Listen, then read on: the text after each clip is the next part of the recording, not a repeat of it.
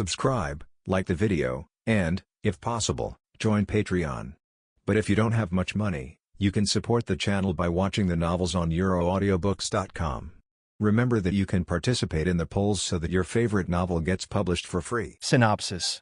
Multiple female protagonists, plus double Kamui, plus Hashirama Cells, plus no abuse. No bull. Bai Ye traveled to the world of One Punch Man and obtained the Mangekyō Sharingan and double Kamui at the beginning One Punch Man. Double Godly Star Chapter 00, one serious series.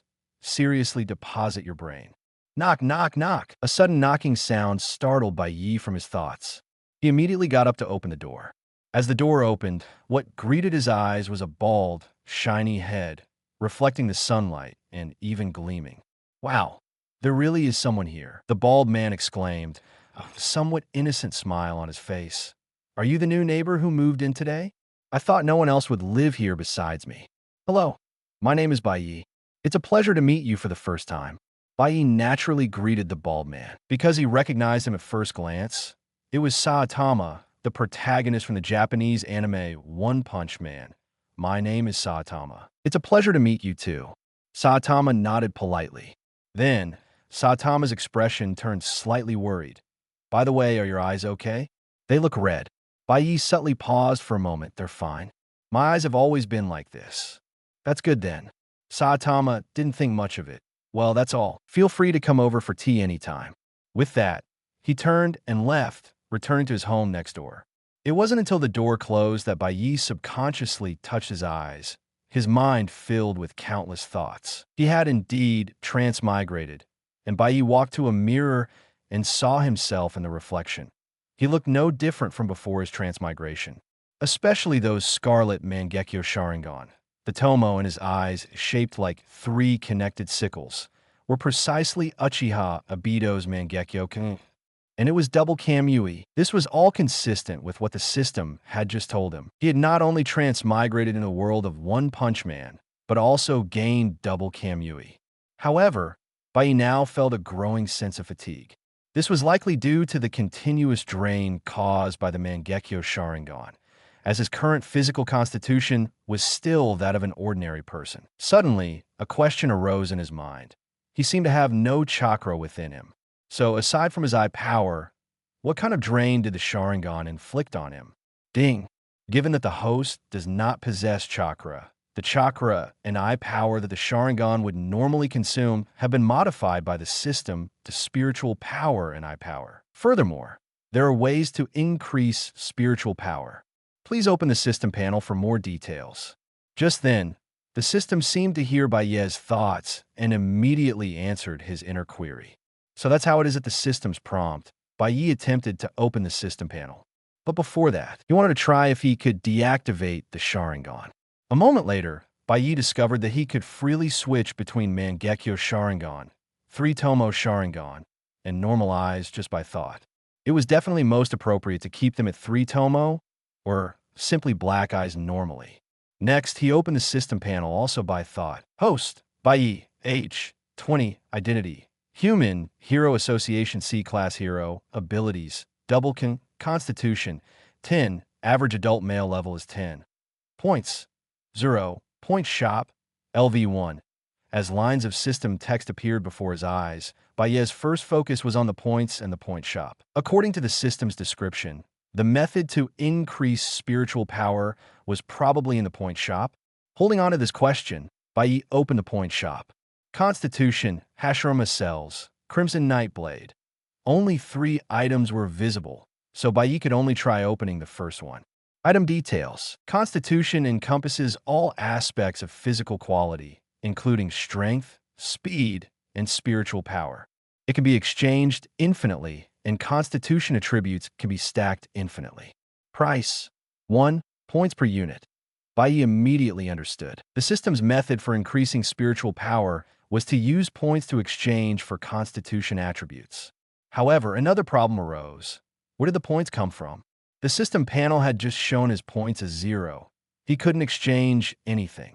Ding! The host can obtain points through combat, interacting with key characters, activating hidden achievements, and other means. So that's how it is. Bai Ye nodded slightly. then continued to check the details of the other two items. Item details. Hashirama Cells can provide a certain degree of overall enhancement to the host's abilities, including self-healing.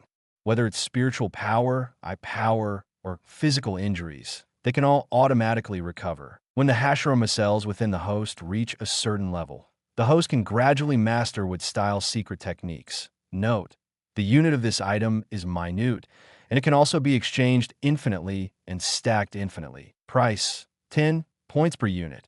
Item details. The Crimson Night Blade is the katana used by Uchiha Obito during the Uchiha clan massacre night.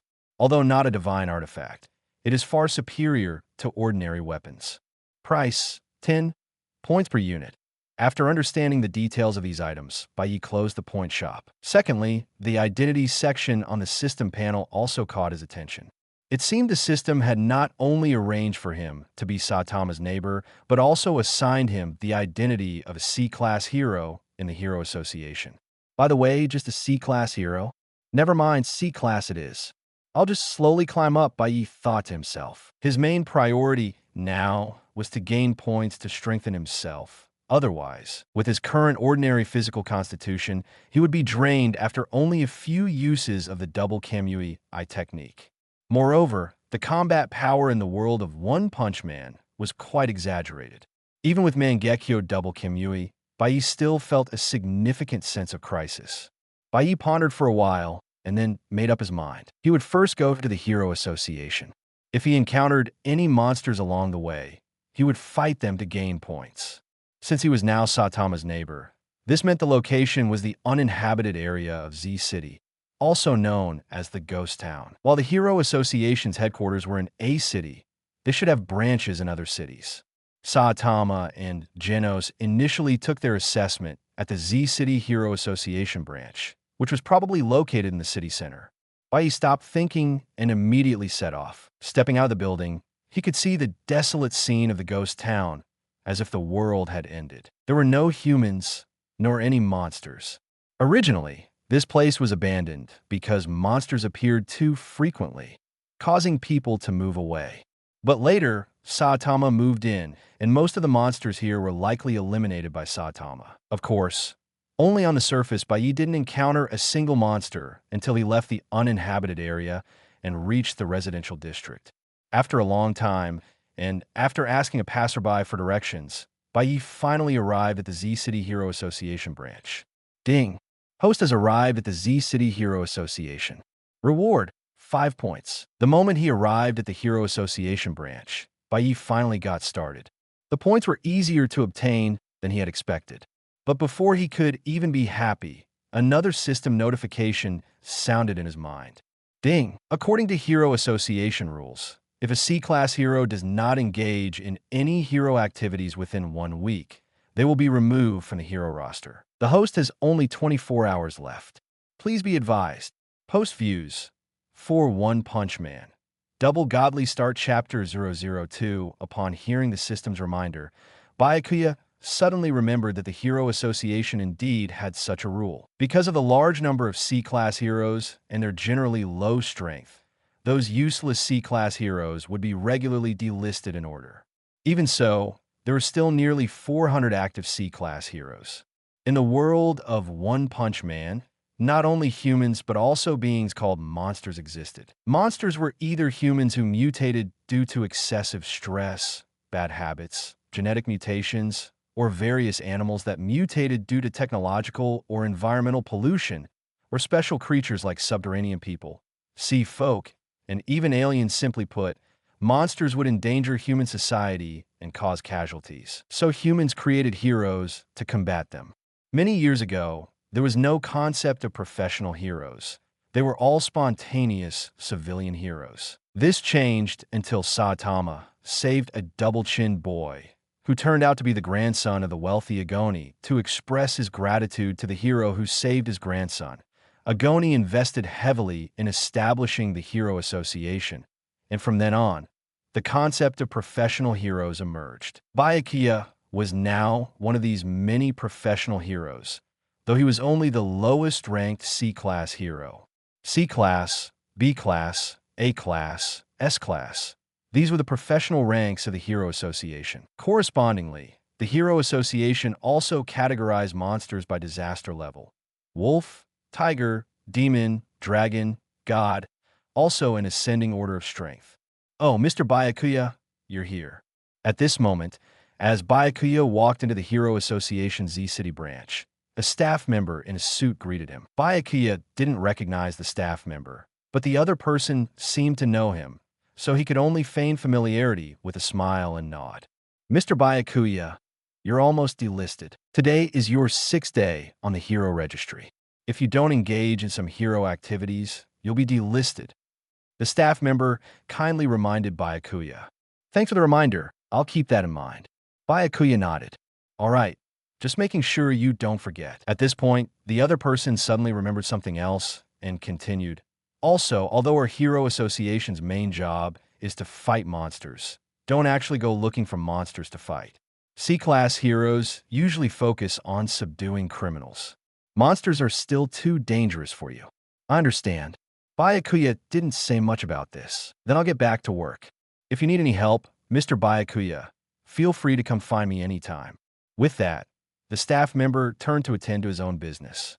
However, shortly after he left, he suddenly realized, what did I get to know that Byakuya? Never mind, maybe I've been staying up too late these past few days, causing my memory to worsen." Although it felt a bit strange, he didn't overthink it. After all, there were so many C-class heroes in the Hero Association, especially new recruits who might be delisted within a few days of joining. It was normal not to remember every single one of them. In the lobby of the Hero Association's E-City branch, on a large screen, the Hero Registry was displayed, showing the ranking, personal avatar, and information of every active professional hero. This Hero Registry was also public on the Hero Association's official website, serving to allow the public to supervise heroes. If a professional hero did something immoral and was discovered by the public, they could directly report it. At the forefront were naturally the S-class heroes. Blast Tatsumaki Silver Fong Byakuya's gaze quickly swept past the top-ranked heroes. Looking down, he saw his own ranking at the very bottom among C-class heroes. Also the absolute last in the entire Hero Association, although this situation was not unexpected, since he hadn't engaged in any hero activities yet and was about to be delisted. It was natural for him to be ranked last, making it convenient to remove him at any time. But this was still a bit too embarrassing, I shouldn't be mistaken, right? You're the one at the very bottom of the Hero Registry. At this moment, a mocking voice suddenly came from behind Byakuya. Hearing this, Byakuya turned his head slightly, and from the corner of his eye, he saw a burly man wearing a yellow tiger skin vest. If he remembered correctly, this guy should be Vest Tiger from the Vest Army, a professional hero ranked C-class number 6. Seeing that it was this guy, Byakuya immediately felt relieved, because this fellow was not only simple-minded and physically strong, but also had a bad character. He decided to simply ignore him. Seeing that the other party merely glanced at him and said nothing more, Vest Tiger immediately felt looked down upon. He intensified his taunts. "What? Too embarrassed to respond? I really didn't expect to meet the last place guy here. To be precise, I didn't expect you'd even have the nerve to come look at your own ranking." Originally, the other heroes around didn't react much, but with Vest Tiger's instigation, some of them started laughing at Byakuya. Vest Tiger is bullying new recruits again. This guy really has a nasty personality. Yeah, he always likes to suppress new recruits, and no one could do anything about him. All right, keep your voices down. The Vest Army is numerous and powerful, especially their leader, Vest Master, who is an S-class hero. It's best not to offend them. Although there were still many reasonable and normal people, none dared to step forward. They were all wary of the Vest Army behind Vest Tiger. Moreover, Vest Tiger himself possessed some strength, being C-class number 6 after all, stronger than most people present. In contrast, Byakuya still couldn't be bothered to respond to Vest Tiger. After checking the Hero Registry, he prepared to leave and attend to his own business. Ignored repeatedly, Vest Tiger became even more infuriated. "Hey, you, the new guy over there, I'm talking to you. How dare you ignore me?" Vest Tiger, ranked C-Class number 6. Vest Tiger stomped forward with a displeased expression, forcefully slapping Byakuya's shoulder, intending to teach this presumptuous new recruit a lesson. Although casual brawling was not allowed in Hero Association branches, a slight show of force for intimidation was not prohibited. However, just as Vest Tiger's large hand landed on Byakuya's shoulder, his right hand passed directly through Byakuya's body. This completely unexpected miss almost sent Vest Tiger stumbling forward, but he managed to regain his balance. Vest Tiger, filled with shock, was about to shout when he looked up and met Byakuya's eyes. Byakuya's eyes had, at some point, turned into a pair of blood-red pupils. These eerie, cold blood-red eyes instantly made Vest Tiger's heart tremble, and cold sweat involuntarily broke out on his face. Just that one gaze had scared him, and his reprimand abruptly ceased. The most terrifying thing was that his hand couldn't touch the other person just now. Post views, 3-1 Punch Man, Double Godly Start Chapter 003. Is there anything else?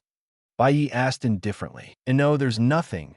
Vest Tiger no longer had his arrogant demeanor from earlier, momentarily stunned into silence. Scram. Bai Ye never put Vest Tiger in his eyes. Yes. Still dazed, Vest Tiger subconsciously responded. It wasn't until Bai Ye had left the Hero Association that Vest Tiger belatedly realized how humiliating his actions had been. There were still many people watching. Vest Tiger immediately felt humiliated, his face burning. The gazes of others around him felt piercing, and he immediately snapped in a fit of rage. What are you looking at? Be careful, or I'll beat you up. The others quickly averted their gazes, pretending nothing had happened, and went about their own business. Even though those present weren't only C-Class heroes or outside visitors, there were also a few B-Class heroes. However, among the B-Class heroes, aside from the Blizzard group, almost none wanted to offend Vest Tiger, as the Vest Army's reputation was too formidable. Only when the surrounding people dispersed did Vest Tiger feel a little better. But afterward, the more Vest Tiger thought about it, the angrier he became. He had actually been humiliated by a guy who was ranked last among C-Class heroes. This was an absolute disgrace. No matter how he thought about it, it felt wrong. He felt like he must have just been momentarily stunned. How could he possibly have failed to touch that guy? And those eyes, they were just scary to look at. That's all. Having calmed down, Vest Tiger believed he had been bluffed. Unable to swallow his anger, he also held a grudge against that guy, named Bai Ye, for making him look foolish in front of so many people. At this moment, Bai Ye had long since forgotten about Vest Tiger. He walked onto the street, wanting to see if there was anything he could do. According to the Hero Association's definition of hero actions, besides dealing with monsters, at the very least it had to involve subduing criminals. If it was helping an old lady cross the road, that would only count as a good deed, not within the scope of hero actions. Of course, this didn't mean that good deeds were useless. If enough good deeds were done, like Mumen Rider, with a high attendance rate and excellent public reputation, even if his strength wasn't enough, he still rose to C-Class rank 1 and could have been directly promoted to B-Class. But he knew his own limits and didn't want to be promoted. But right now, Bai Ye was only trying to avoid being removed from the Hero Association, so he urgently needed to perform hero actions.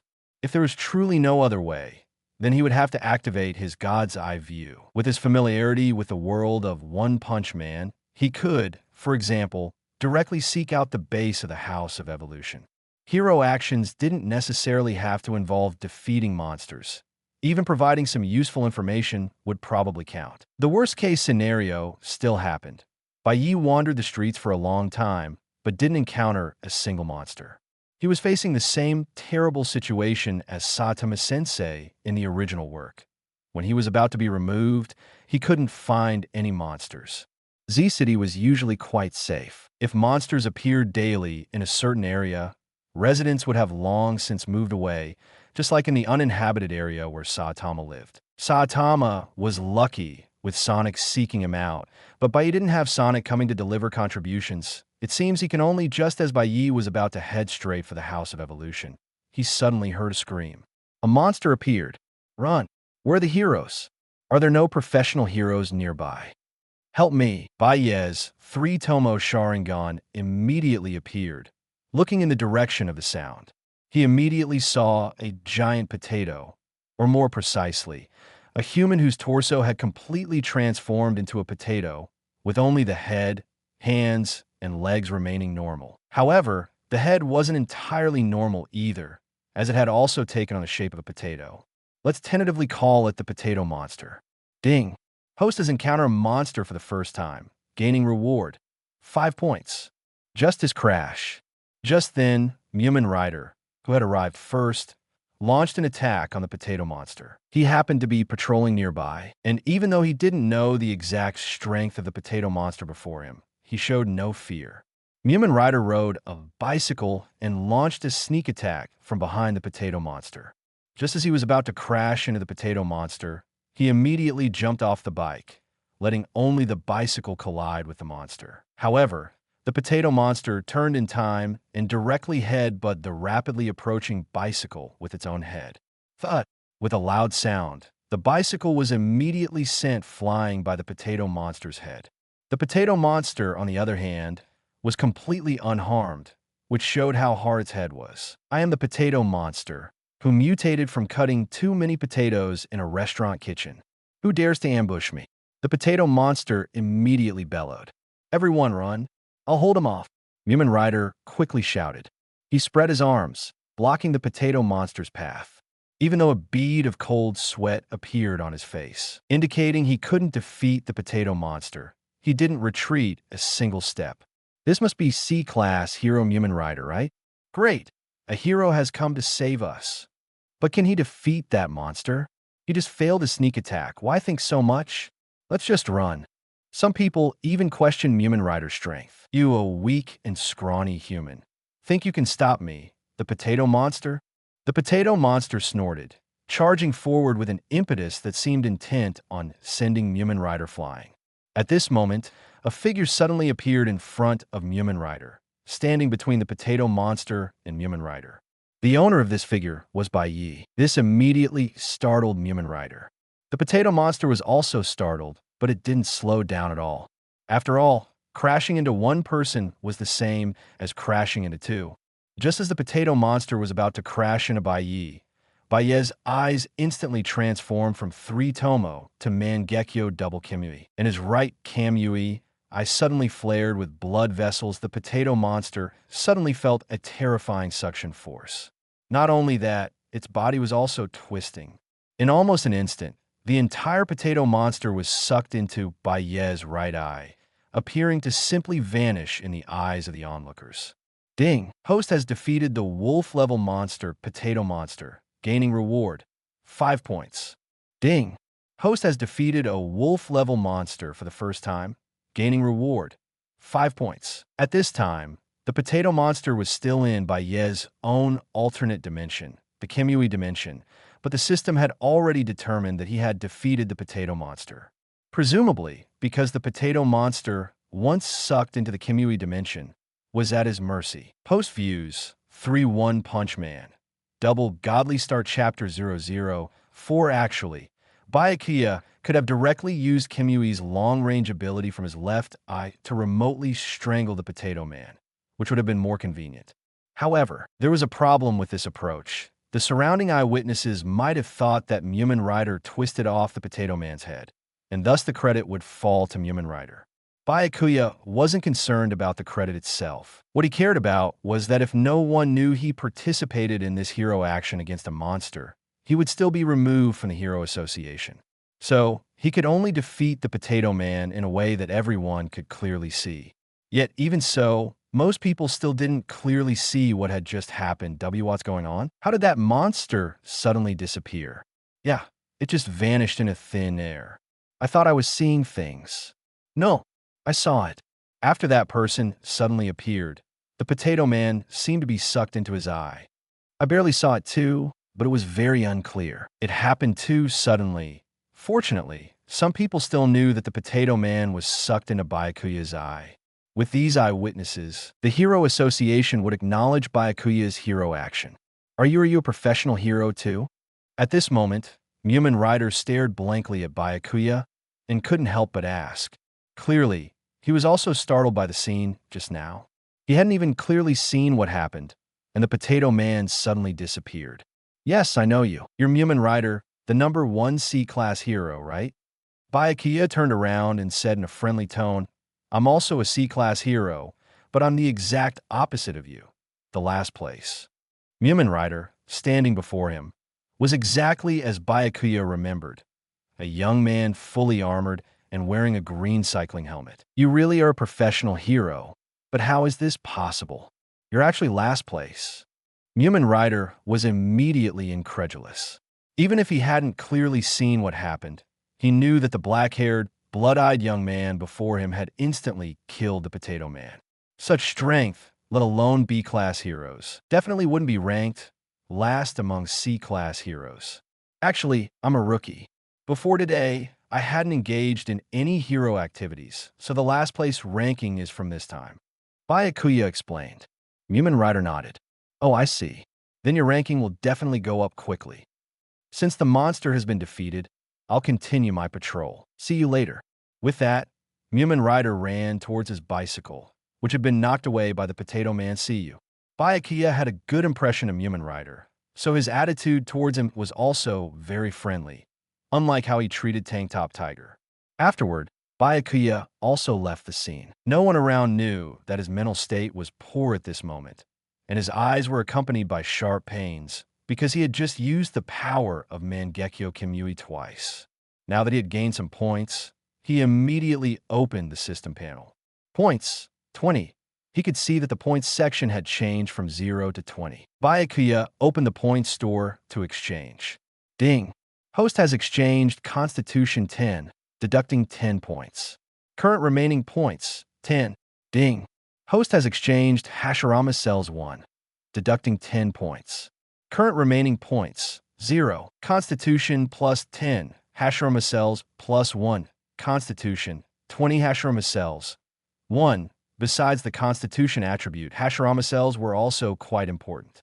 They could not only comprehensively strengthen Bai Ye's abilities, but also grant him self-healing capabilities. Not only could his physical wounds automatically recover, but his spiritual power, eye power, and even eyesight could also automatically recover.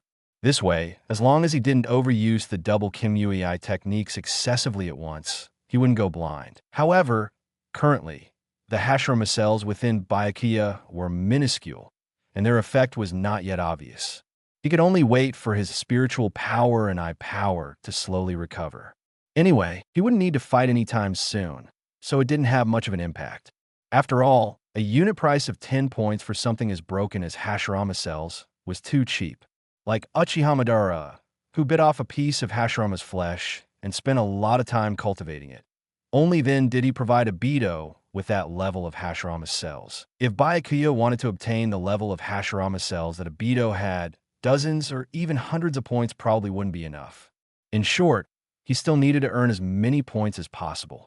To ensure there were no accidents, Bai Ye went to the Hero Association again to apply for his hero action. For example, hero rankings are mainly calculated based on points obtained from hero actions, but the Hero Association has never explicitly disclosed a standard for granting points, and the content of hero activities also needs to pass review.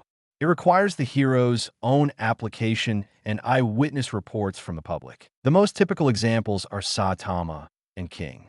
Because Saitama always instantly defeated monsters with one punch and then left, King happened to be present 5 consecutive times when Saitama instantly defeated super strong monsters, leading the eyewitnesses to believe that King had defeated the monsters. The eyewitnesses reported King's defeat of the super strong monsters to the Hero Association, and King happened to have a scar on his face left from being scratched during his first encounter with a monster, which led the Hero Association to genuinely mistakenly believe that King had defeated those monsters, thus ranking him as an S-class hero. The reason was that Saitama not only did not apply to the Hero Association, but also no eyewitnesses knew that he was the one who did it.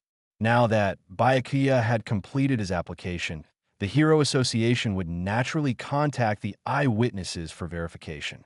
Just then, Mumen Rider also arrived at the Hero Association. You're here too? Are you applying? Do you need me as an eyewitness? Seeing Byakuya at the staff counter, Mumen Rider immediately came over and asked, "Then I'll trouble you. I didn't need an eyewitness." Byakuya nodded. "Okay." Mumen Rider then explained the situation to the staff, confirming that Byakuya was the one who defeated the Potato Man. Coupled with the fact that a citizen had already called in to report about the Potato Man, the Hero Association's verification was successfully passed. Ding! Host has completed their first hero action and resolved the delisting crisis, receiving a reward, 10 points. One Punch Man. Double Godly Start Chapter 005. Besides retaining his professional hero status, Byakuya's ranking also saw a slight improvement, moving from the last spot in C class to 351st. The reason for the small jump was that the Potato Monster was merely an ordinary wolf-level monster. Hero rankings aren't solely based on strength. They primarily depend on social and association contributions. Social contributions include monster subjugation, criminal apprehension, good deeds, and so on, while association contributions are various special missions assigned by the Hero Association. Therefore, how much Byakuya's rank could rise mainly depended on how much of a threat the monster he defeated posed to society, not on how spectacular the process of him defeating the monster was. "At least I'm not last anymore," Byakuya muttered to himself. "I saw your name. Byakuya, it seems you don't have a hero name yet, but you'll get one after being active for a while." Mumen Rider said, "Yeah, I hope it's a normal one." Byakuya sighed. Since every new hero's hero name is decided by the Hero Association executives, sometimes those executives can be quite arbitrary, giving newcomers strange hero names, like Saitama's Caped Baldy. The worst off were those who later formed the Hero Name Victims Association, including C-Class Drunkard, C-Class Perverted Doctor, and B-Class Big Pervert. These hero names were not only strange, but also prone to causing ridicule and misunderstanding among the public. Since Mumen Rider was at the Hero Association to handle some matters, Byakuya left first. The sky was gradually darkening, and Byakuya thought it was time to buy some ingredients and go back to make dinner, as his stomach was already a bit hungry. Thinking of this, he rummaged through his pocket and found a bank card, which was undoubtedly given by the system again. He just didn't know how much money was on the card. Byakuya tried to ask the system in his mind. The system immediately replied, "Ding! The balance of this bank card is 100,000 yen. Please plan your expenses wisely, host." In the One Punch Man worldview, the currency is indeed Japanese yen. 100,000 yen, it's not a lot, but it's not a little either, roughly equivalent to 5,000 RMB. Byakuya then went to a nearby supermarket to see if there were any discounted ingredients. After buying the ingredients, Byakuya planned to transfer directly home from the supermarket entrance. His right eye's Kamui activated, transferring him into the Kamui dimension. As soon as he entered, he saw the potato monster sitting there, seemingly questioning its existence. It probably tried many methods but couldn't get out of this strange space no matter what, so it was having an existential crisis. "All right, you're still in the Kamui dimension." Byakuya almost forgot about the potato monster. Seeing Byakuya suddenly appear, the potato monster immediately stood up abruptly, wanting to give this damned human a headbutt. However, at this moment, Byakuya spoke, interrupting the potato monster's spell casting. "I'll give you two choices. One is to come with me to the Hero Association to surrender, and the other is to be trapped here forever until you die." In reality, he couldn't really keep the potato monster in the Kamui dimension forever. For Byakuya, who possessed double Kamui, having someone in the Kamui dimension was like having someone behind his back, because one of double Kamui's main abilities, intangibility, works by transferring his physical body into the Kamui dimension, allowing him to ignore all attacks in the real world. However, at such times, his physical body in the Kamui dimension is completely defenseless. So, of course, this was just an example. Byakuya didn't need to keep the potato monster here. He could kill it on the spot. It's just that, like Saitama, he didn't like to casually kill monsters that hadn't harmed humans. Aside from that, in One Punch Man, there aren't many scenes where monsters actually kill humans, or perhaps they're just deliberately not shown. In short, Byakuya was just using this method to intimidate the potato monster. And the potato monster was indeed scared. It still hadn't found a way out, so it felt that the other party could really trap it here forever. I'll go with you to surrender. I don't want to be locked in here. The potato monster immediately caved.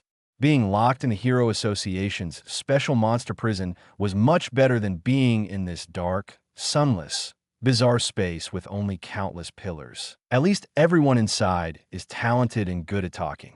Seeing this, Bai Ye didn't waste any more time. He first threw the potato monster to the Hero Association, then went home himself. Arriving at his doorstep, Saitama happened to be walking out of the stairwell. The two looked at each other in the hallway. Saitama could be seen carrying a small bag of bean sprouts, probably bought because some convenience store had a discount on them today. In contrast, Bai Ye held a large bag of ingredients, forming a stark contrast. Saitama naturally noticed it, and although he was a little envious, he couldn't bring himself to shamelessly ask for food, nor would he use his power to forcibly take it. At this moment, Bai Ye spoke first. Isn't that Saitama? It just so happens I bought a bit too much food today. Would you like to come over to my place? Sure. Saitama readily agreed, a naturally blank smile appearing on his strong-style face. But I only have a bag of bean sprouts, if you don't mind. It's fine, I like bean sprouts too. Bai Ye said casually. Then I won't be polite. Saitama entered Bai Ye's home without any hesitation, feeling completely at ease. Bai Ye put the ingredients in the kitchen and prepared to start cooking immediately. Do you need help? Saitama walked over and asked. No need, you can sit there and have some tea. Bai Ye replied. All right. Saitama nodded. Bai Ye then began to cook. Having cooked for himself for a long time before transmigrating, he already had some basic skills. Coupled with his Mangekyō Sharingan, his cooking skills improved even further. Knife skills, seasoning control, heat control, and other fine operations were easily mastered under the Mangekyō Sharingan's super strong perception. Saitama, who was sitting in the living room, drinking tea and watching TV, soon smelled the aroma wafting from the kitchen. It smells so good. It seems my new neighbor is a great cook. Saitama mumbled to himself. He was startled when he suddenly discovered a new neighbor had moved in today. He didn't expect to be able to get a free meal here, which was quite nice, countless times better than the small, meager bag of bean sprouts he bought. Post views, 3-1 Punch Man. Double Godly Star Chapter 006 Bai Ye successively brought out plates of dishes from the kitchen, and Saitama immediately came over to help. After all the dishes were served on the table, the two sat at the dining table and began their pre-meal rituals. I'm starting. Bai Ye and Saitama clasped their hands together and spoke simultaneously. Halfway through the meal, Saitama sighed. It's been a long time since I've eaten so lavishly. The beef curry, stir-fried shredded pork with green peppers, and stir-fried eggs with yellow chives on the table were actually all home-cooked dishes. But for Saitama, who had been poor for a long time, they were indeed a lavish feast. Is that so? As long as you're satisfied, Bai Ye said. To be honest, I thought you moved here for the extremely cheap rent and utilities like me. But it seems you're not that hard-pressed. Saitama asked.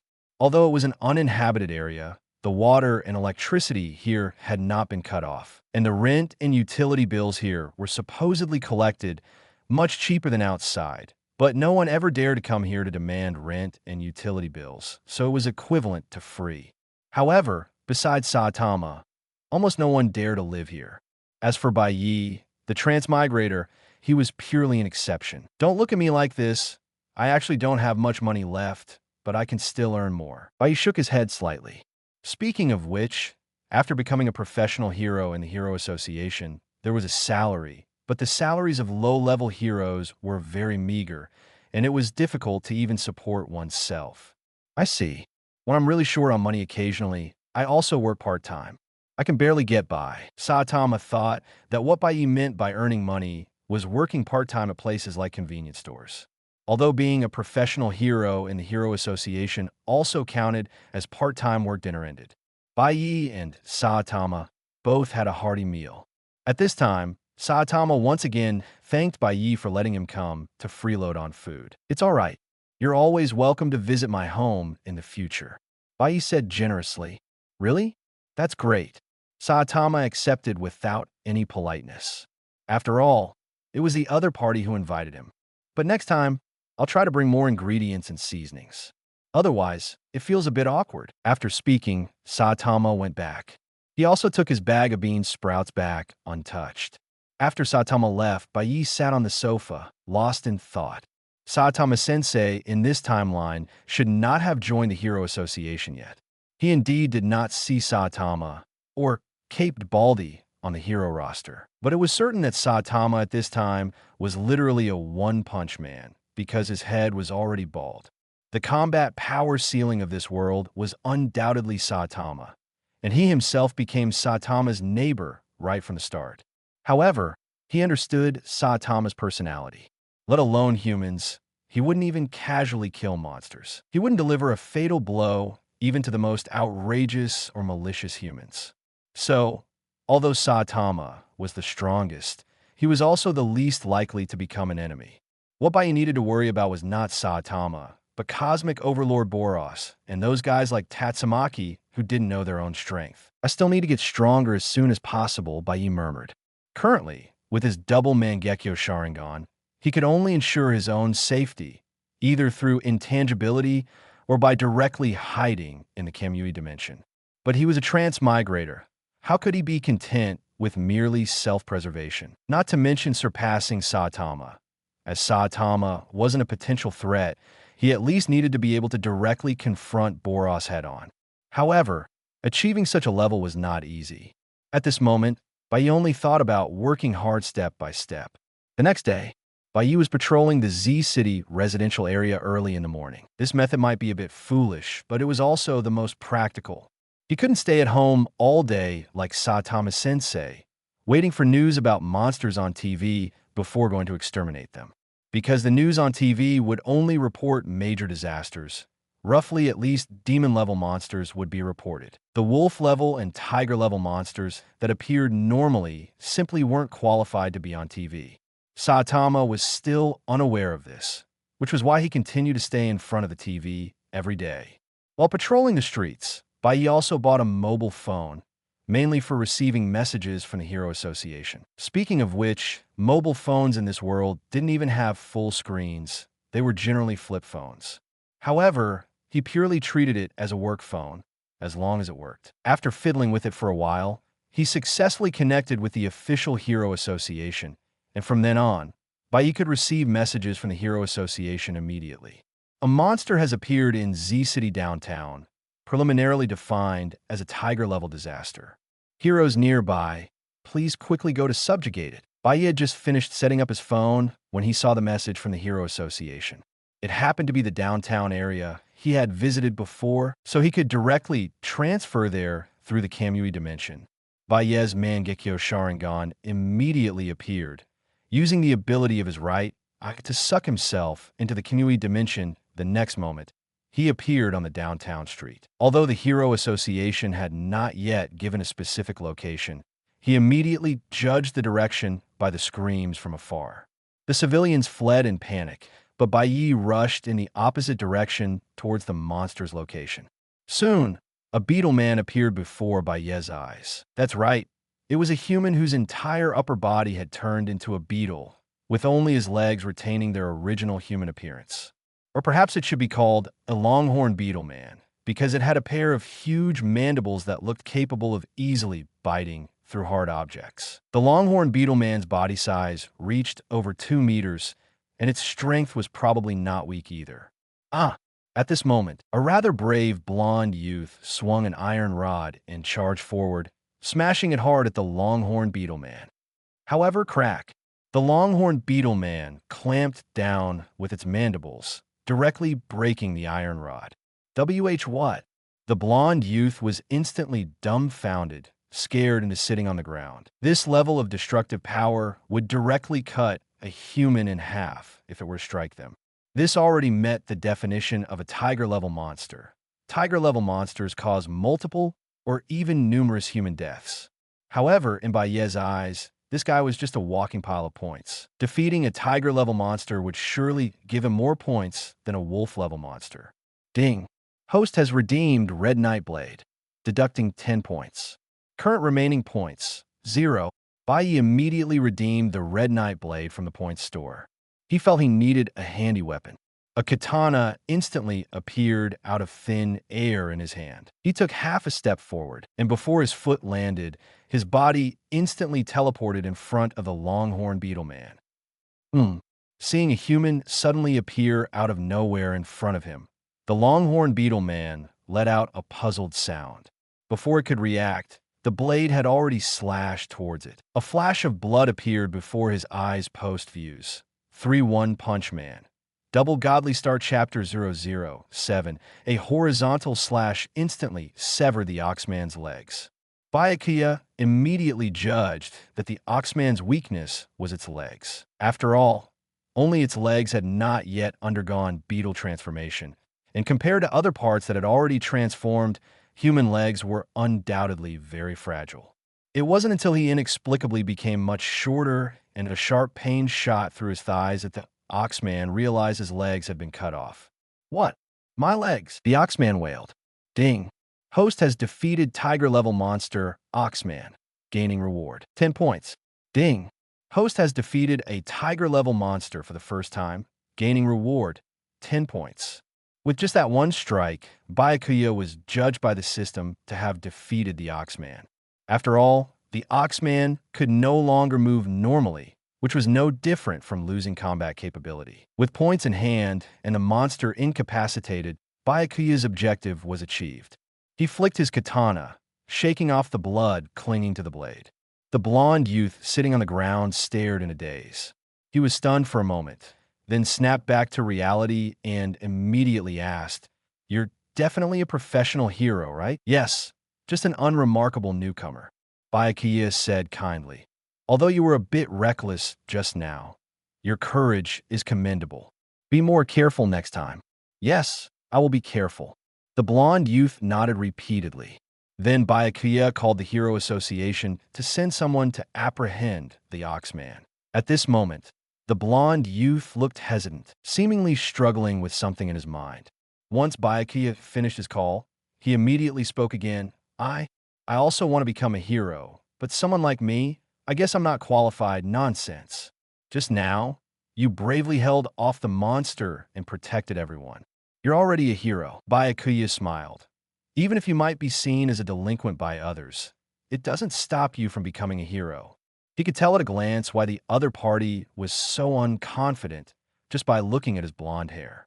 Upon hearing this, the blonde youth's eyes widened instantly, and new light shone within them. "I understand. I'll work hard." The blonde youth had cheered up. Not long after, the people sent by the Hero Association arrived. They took the Oxman away. Afterward, the review committee of the Hero Association's Z-City branch recorded Bai Ye's contribution in defeating the Oxman into his file and calculated his points. Bai Ye's ranking on the hero roster rose again. Since he resolved a Tiger-level disaster this time, its value was much higher than the previous Wolf-level disaster. In the Hero Association's evaluation standards, a Wolf-level monster is roughly equivalent to 3 C-class heroes or 1 B-class hero, while a Tiger-level monster is equivalent to 5 B-class heroes or 1 A-class hero. Bai Ye's ability to solo a Tiger-level monster, purely in terms of power, completely qualified him for an A-class hero position. But as the saying goes, hero rankings primarily depend on various contributions. So Bai Ye's ranking this time settled at C-class number 2. So, as long as I successfully challenge C-class no. 1, I can advance to B-class. Looking at the hero roster published on the Hero Association's official website on his phone, Bai Ye was quite satisfied with his rising rank. The Hero Association's promotion mechanism was somewhat rigid. For example, a C-class hero must first reach the number 1 spot in that rank to be promoted to B-class. However, there was room for choice. As C-class number 1, you could choose to be promoted to B-class or remain at C-class number 1. This led to a situation where B-class number 1 was stronger than many A-class heroes. At least, it was clear that Fubuki, who was B-class number 1, was stronger than most A-class heroes, and Sweet Mask, who was A-class no. 1, was even stronger than some S-class heroes. So the question arose, how could other B-class and A-class heroes advance? They could only challenge Fubuki and Sweet Mask.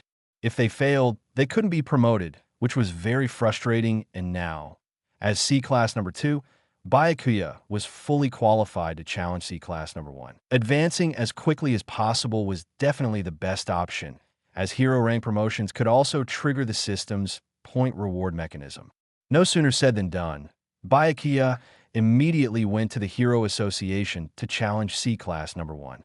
Byakuya, you're still a newcomer without a hero alias. Are you sure you want to challenge C-Class number 1, Mumen Rider? The review committee member, a dark-skinned young woman, was confirming with Byakuya. Confirmed. Byakuya nodded. Although his opponent was Mumen Rider, he had to do it to advance to B-Class. Alright, then we'll contact Mumen Rider now. Please wait a moment. Afterward, Byakuya waited quietly in the lounge for Mumen Rider to arrive.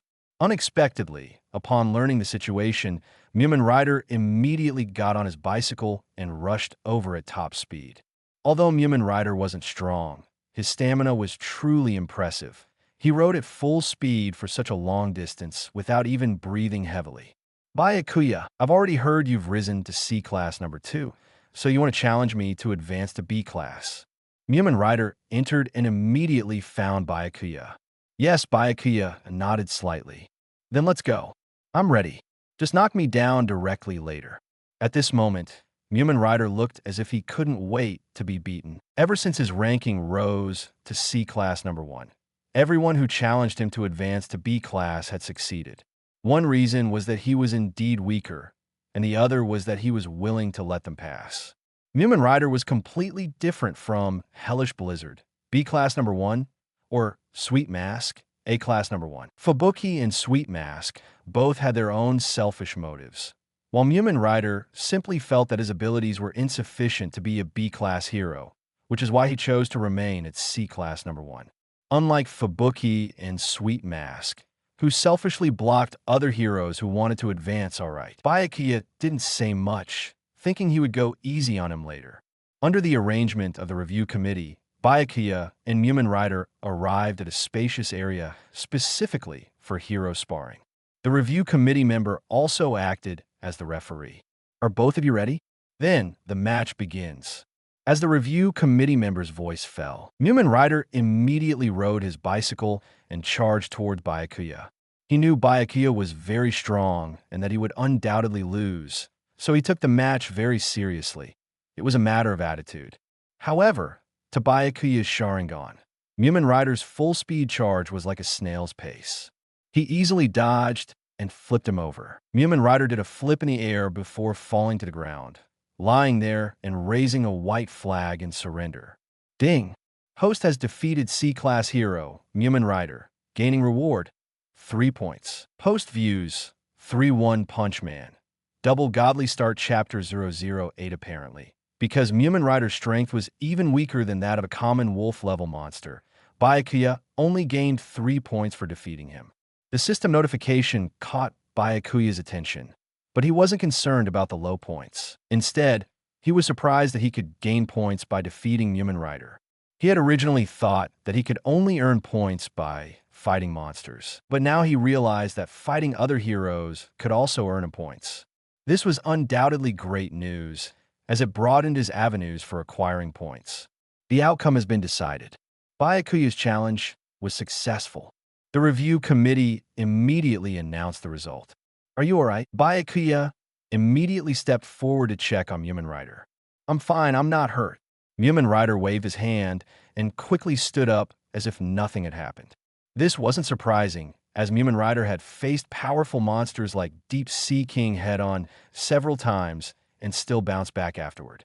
That's good. Byakuya felt relieved. Then, Mr. Byakuya, please come to our Z-City branch for an interview tomorrow. At that time, you can choose to directly advance to B-Class or take over Mumen Rider's C-Class rank 1 position. The review committee member explained to Byakuya. All right, Byakuya nodded in response. However, just then, a very unfriendly voice suddenly rang out. Wait, isn't this pure cheating? Does he even qualify to be a B-Class hero? It was that familiar voice again, Tank Top Tiger. And this time, Tank Top Tiger had a muscular man in a tank top beside him. Wearing a black tank top and jeans, he was Tank Top Tiger's older brother, Tank Top Black Hole, a B-class hero on the hero roster. Not only that, but then more people came in, seemingly brought by the Tank Top brothers. Tank Top Tiger, Tank Top Black Hole. Even if you two are dissatisfied, you have no right to interfere with the Hero Association's promotion system. The review committee member said expressionlessly to the Tank Top brothers. No, we're just here to expose this guy's cheating. We won't interfere with the Hero Association's promotion process. Tank Top Tiger had a smug expression. But when the official interview comes, those review committee members will already know that this guy is cheating. At that time, it's entirely up to the review committee members to decide. The review committee member fell silent because Tank Top Tiger's actions did not violate the Hero Association's rules. Even if she disliked Tank Top Tiger's character, she couldn't openly favor Byakuya. How could Mr. Byakuya cheat? His strength and contributions absolutely meet the standards of a B-class hero. Mumen Rider, who was standing nearby, couldn't help but speak up for Byakuya. Mumen Rider? You have no say here. You're just a guy who got a C-class rank 1 by freeloading. Tank Top Tiger's tone was full of disdain as he looked at Mumen Rider with contempt. Many people knew that Mumen Rider's strength was not among the top in C-class heroes. He relied on diligent attendance every day and helping citizens. However, in Tank Top Tiger's eyes, everything Mumen Rider did was a joke. Being ranked C-class rank 1 just for those good deeds made him very unhappy. On the other hand, he was only C-class rank 6 now he was rank 7, because Byakuya becoming C-class rank 2 pushed him down 1 rank. Adding to that, Byakuya had made him lose face in public before, so he was very unhappy with Byakuya.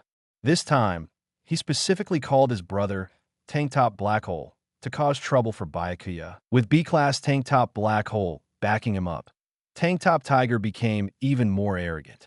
Byakuya, you've only been a rookie for 7 days, and for the first 6 days, you almost got expelled because you had no hero activities and were ranked last in C-class. At this point, Tank Top Tiger pointed at Byakuya's nose and began to list his crimes. Tell me, in just 1 or 2 days, how did you manage to jump from last place to C-class rank 2 in one go? What else could it be but cheating? Am I right, everyone? Tank Top Tiger questioned Byakuya while also stirring up the emotions of the crowd. It was likely that the people who had just entered were deliberately brought in by this guy, both to make it difficult for the review committee to openly favor Byakuya and to return the humiliation he had suffered earlier to Byakuya.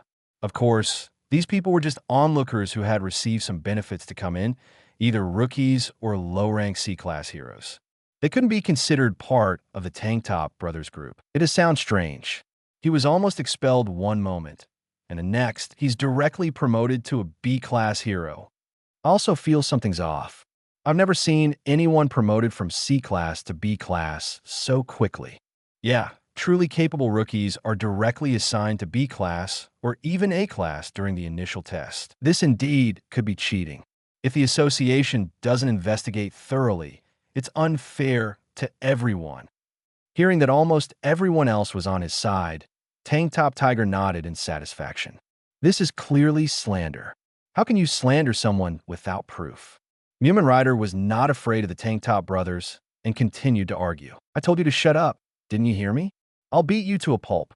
Tank Top Tiger immediately raised his fist, as big as a sandbag, to threaten Mumen Rider. However, Mumen Rider wasn't even afraid of a demon-level monster like Deep Sea King. So how could he be afraid of a coward like Tank Top Tiger, who only knew how to bully the weak and fear the strong?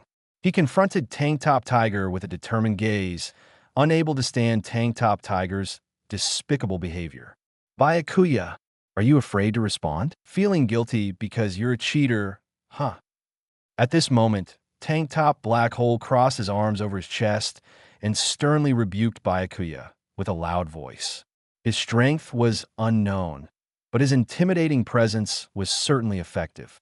In the eyes of outsiders, Byakuya seemed to be overwhelmed by Tank Top Black Hole, unable to lift his head. If that's the case, then if I just step on you too, won't I prove my innocence? Byakuya finally spoke, his expression and tone calm, as if the current situation was merely a trivial matter. Huh? You think you can step on me, Tank Top Tiger? Tank Top Tiger immediately burst into laughter, as if he had heard a joke, and proudly boasted, I'm not a freeloader like Mumin Rider. I actually have the strength of an A-class hero, but I'm still in C-class due to bad luck. Bai Ye couldn't be bothered to waste time with the Tank Top brothers. He calmly said, Excuse me, I meant both of you together, One Punch Man. Double Godly Start Chapter 009. It was almost noon, and Bai Ye was rushing back to make lunch. He thought it would save time to instantly defeat these two guys, and he could also earn points. Upon hearing this, Tank Top Tiger and Tank Top Black Hole were both stunned. Are you joking with me? Tank Top Black Hole looked at Bai Ye as if he were an idiot. Who gave you the confidence to challenge both me and my brother? Tank Top Black Hole at the same time. Tank Top Tiger also looked disdainful after regaining his composure. This is too crazy, isn't it? Leaving aside whether Tank Top Tiger's self-proclaimed A-class hero strength is real or not, he's still a solid top 10 C-class. And Tank Top Black Hole is a B-class hero. And he might not even be able to defeat Tank Top Tiger alone. Mumin Rider is too weak. Just defeating Mumin Rider isn't very convincing. He's probably too impulsive. Young people are very hot-blooded, but he's about to pay the price for his impulsiveness. Not only Tank Top Tiger and Tank Top Black Hole, but everyone else around also thought Bai Ye was digging his own grave. Even Mumin Rider became worried. Bai Ye, is it too dangerous for you to fight both of them alone? Although he knew Bai Ye was strong, he felt that Tank Top Tiger and Tank Top Black Hole were also not to be underestimated. As the saying goes, two fists are no match for four hands, and Tank Top Black Hole was an experienced B-class hero. It's fine, don't worry about me. Bai Ye smiled. All right, Mumin Rider could only pray that Bai Ye would defeat the Tank Top brothers. Stop wasting time there. If you're going to fight, start quickly. I'm in a hurry. Bai Ye's gaze coldly fixed on the Tank Top brothers. Bring it on. Don't act like I'm scared of you. Tank Top Tiger immediately got heated. Even though he had been intimidated by Bai Ye before, Tank Top Tiger was still confident, believing at the time that he had merely been faked out. Kid, don't blame us for bullying you later. You're the one who asked for both of us. Tank Top Black Hole sneered, emphasizing his point. Too much nonsense. Bai Ye was getting a little impatient. So arrogant? I'll show you what I can do. Tank Top Black Hole's temper immediately flared, and he swung his fist to strike Bai Ye. Hold on. At this moment, the examiner, who had not yet left, spoke up. Then I will continue to serve as the referee. Please observe the rules of the sparring match. Hurry up and start. Tank Top Tiger looked eager to flatten Bai Ye. As the examiner, acting as referee, gave the signal, Tank Top Tiger and Tank Top Black Hole charged at Bai Ye together. Both of their fighting styles were primarily hand-to-hand combat. Their tall stature and muscular physiques were their sources of strength. Tank Top Tiger's build was 1.9 meters and 102 kilograms, and Tank Top Black Hole was even larger at 2.2 meters and 143 kilograms, possessing a powerful grip strength of 200 kilograms. Their physical prowess far exceeded that of ordinary people, but in front of Bai Ye, it was still not enough ding. Host has redeemed Physique 23, deducting 23 points. Current remaining points, 0. Physique plus 23. Physique, 43. Bai Ye's physical attributes instantly surged, now more than 4 times that of a normal adult male. Facing these two guys, he didn't plan to use the eye techniques of double Kamui. Instead, he would defeat them using hand-to-hand combat.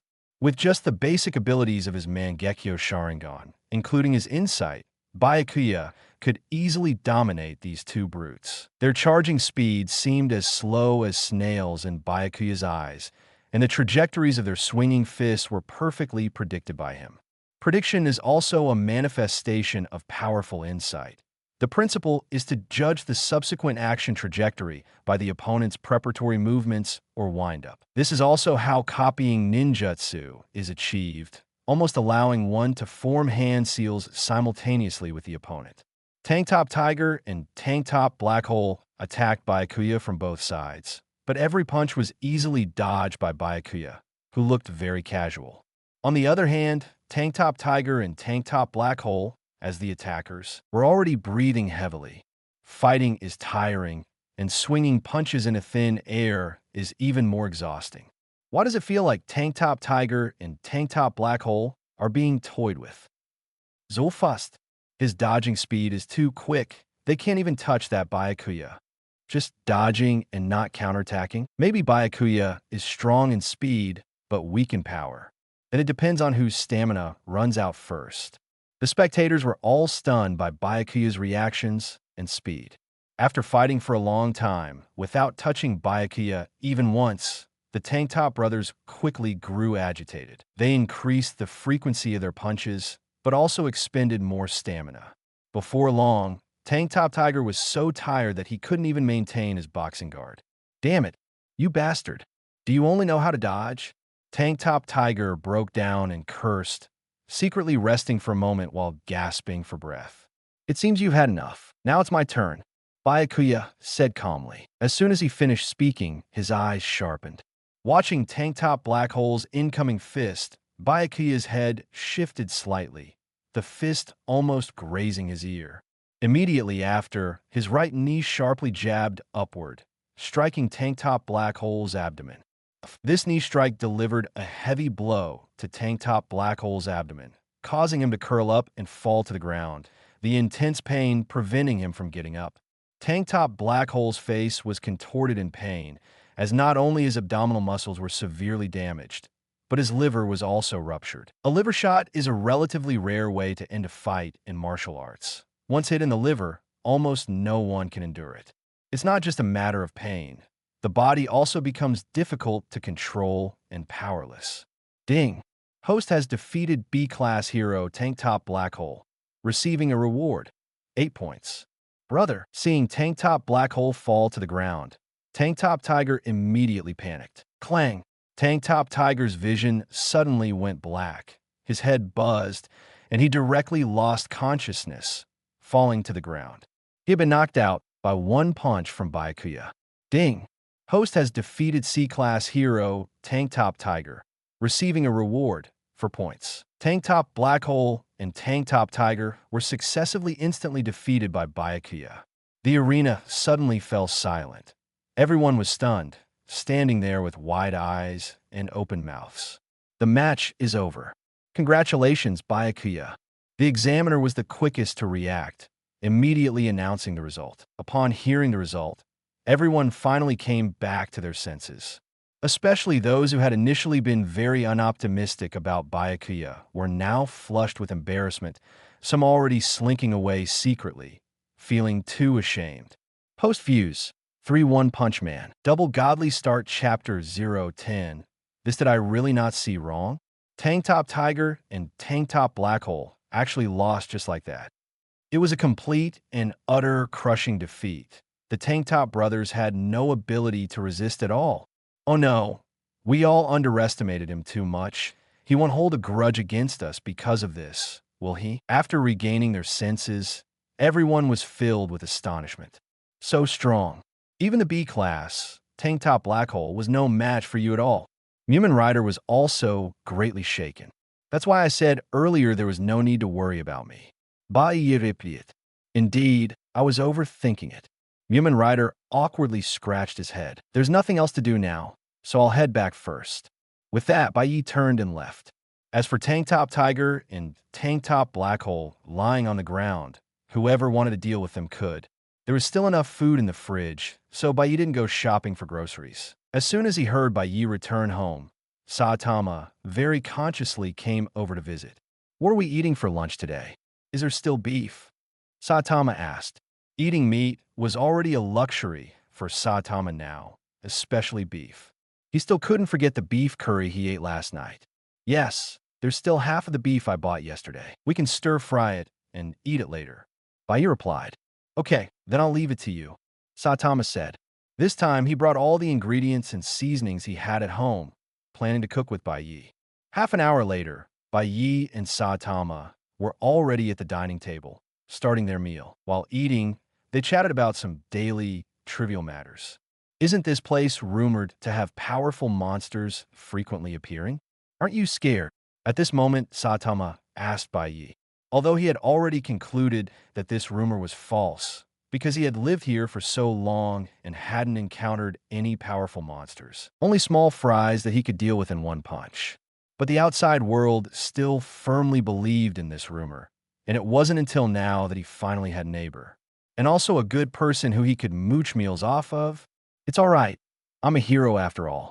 It would be a bit unprofessional if I were afraid of monsters. Bai Ye said naturally. Oh, so you're a hero too? What a coincidence. I'm also a hero for fun.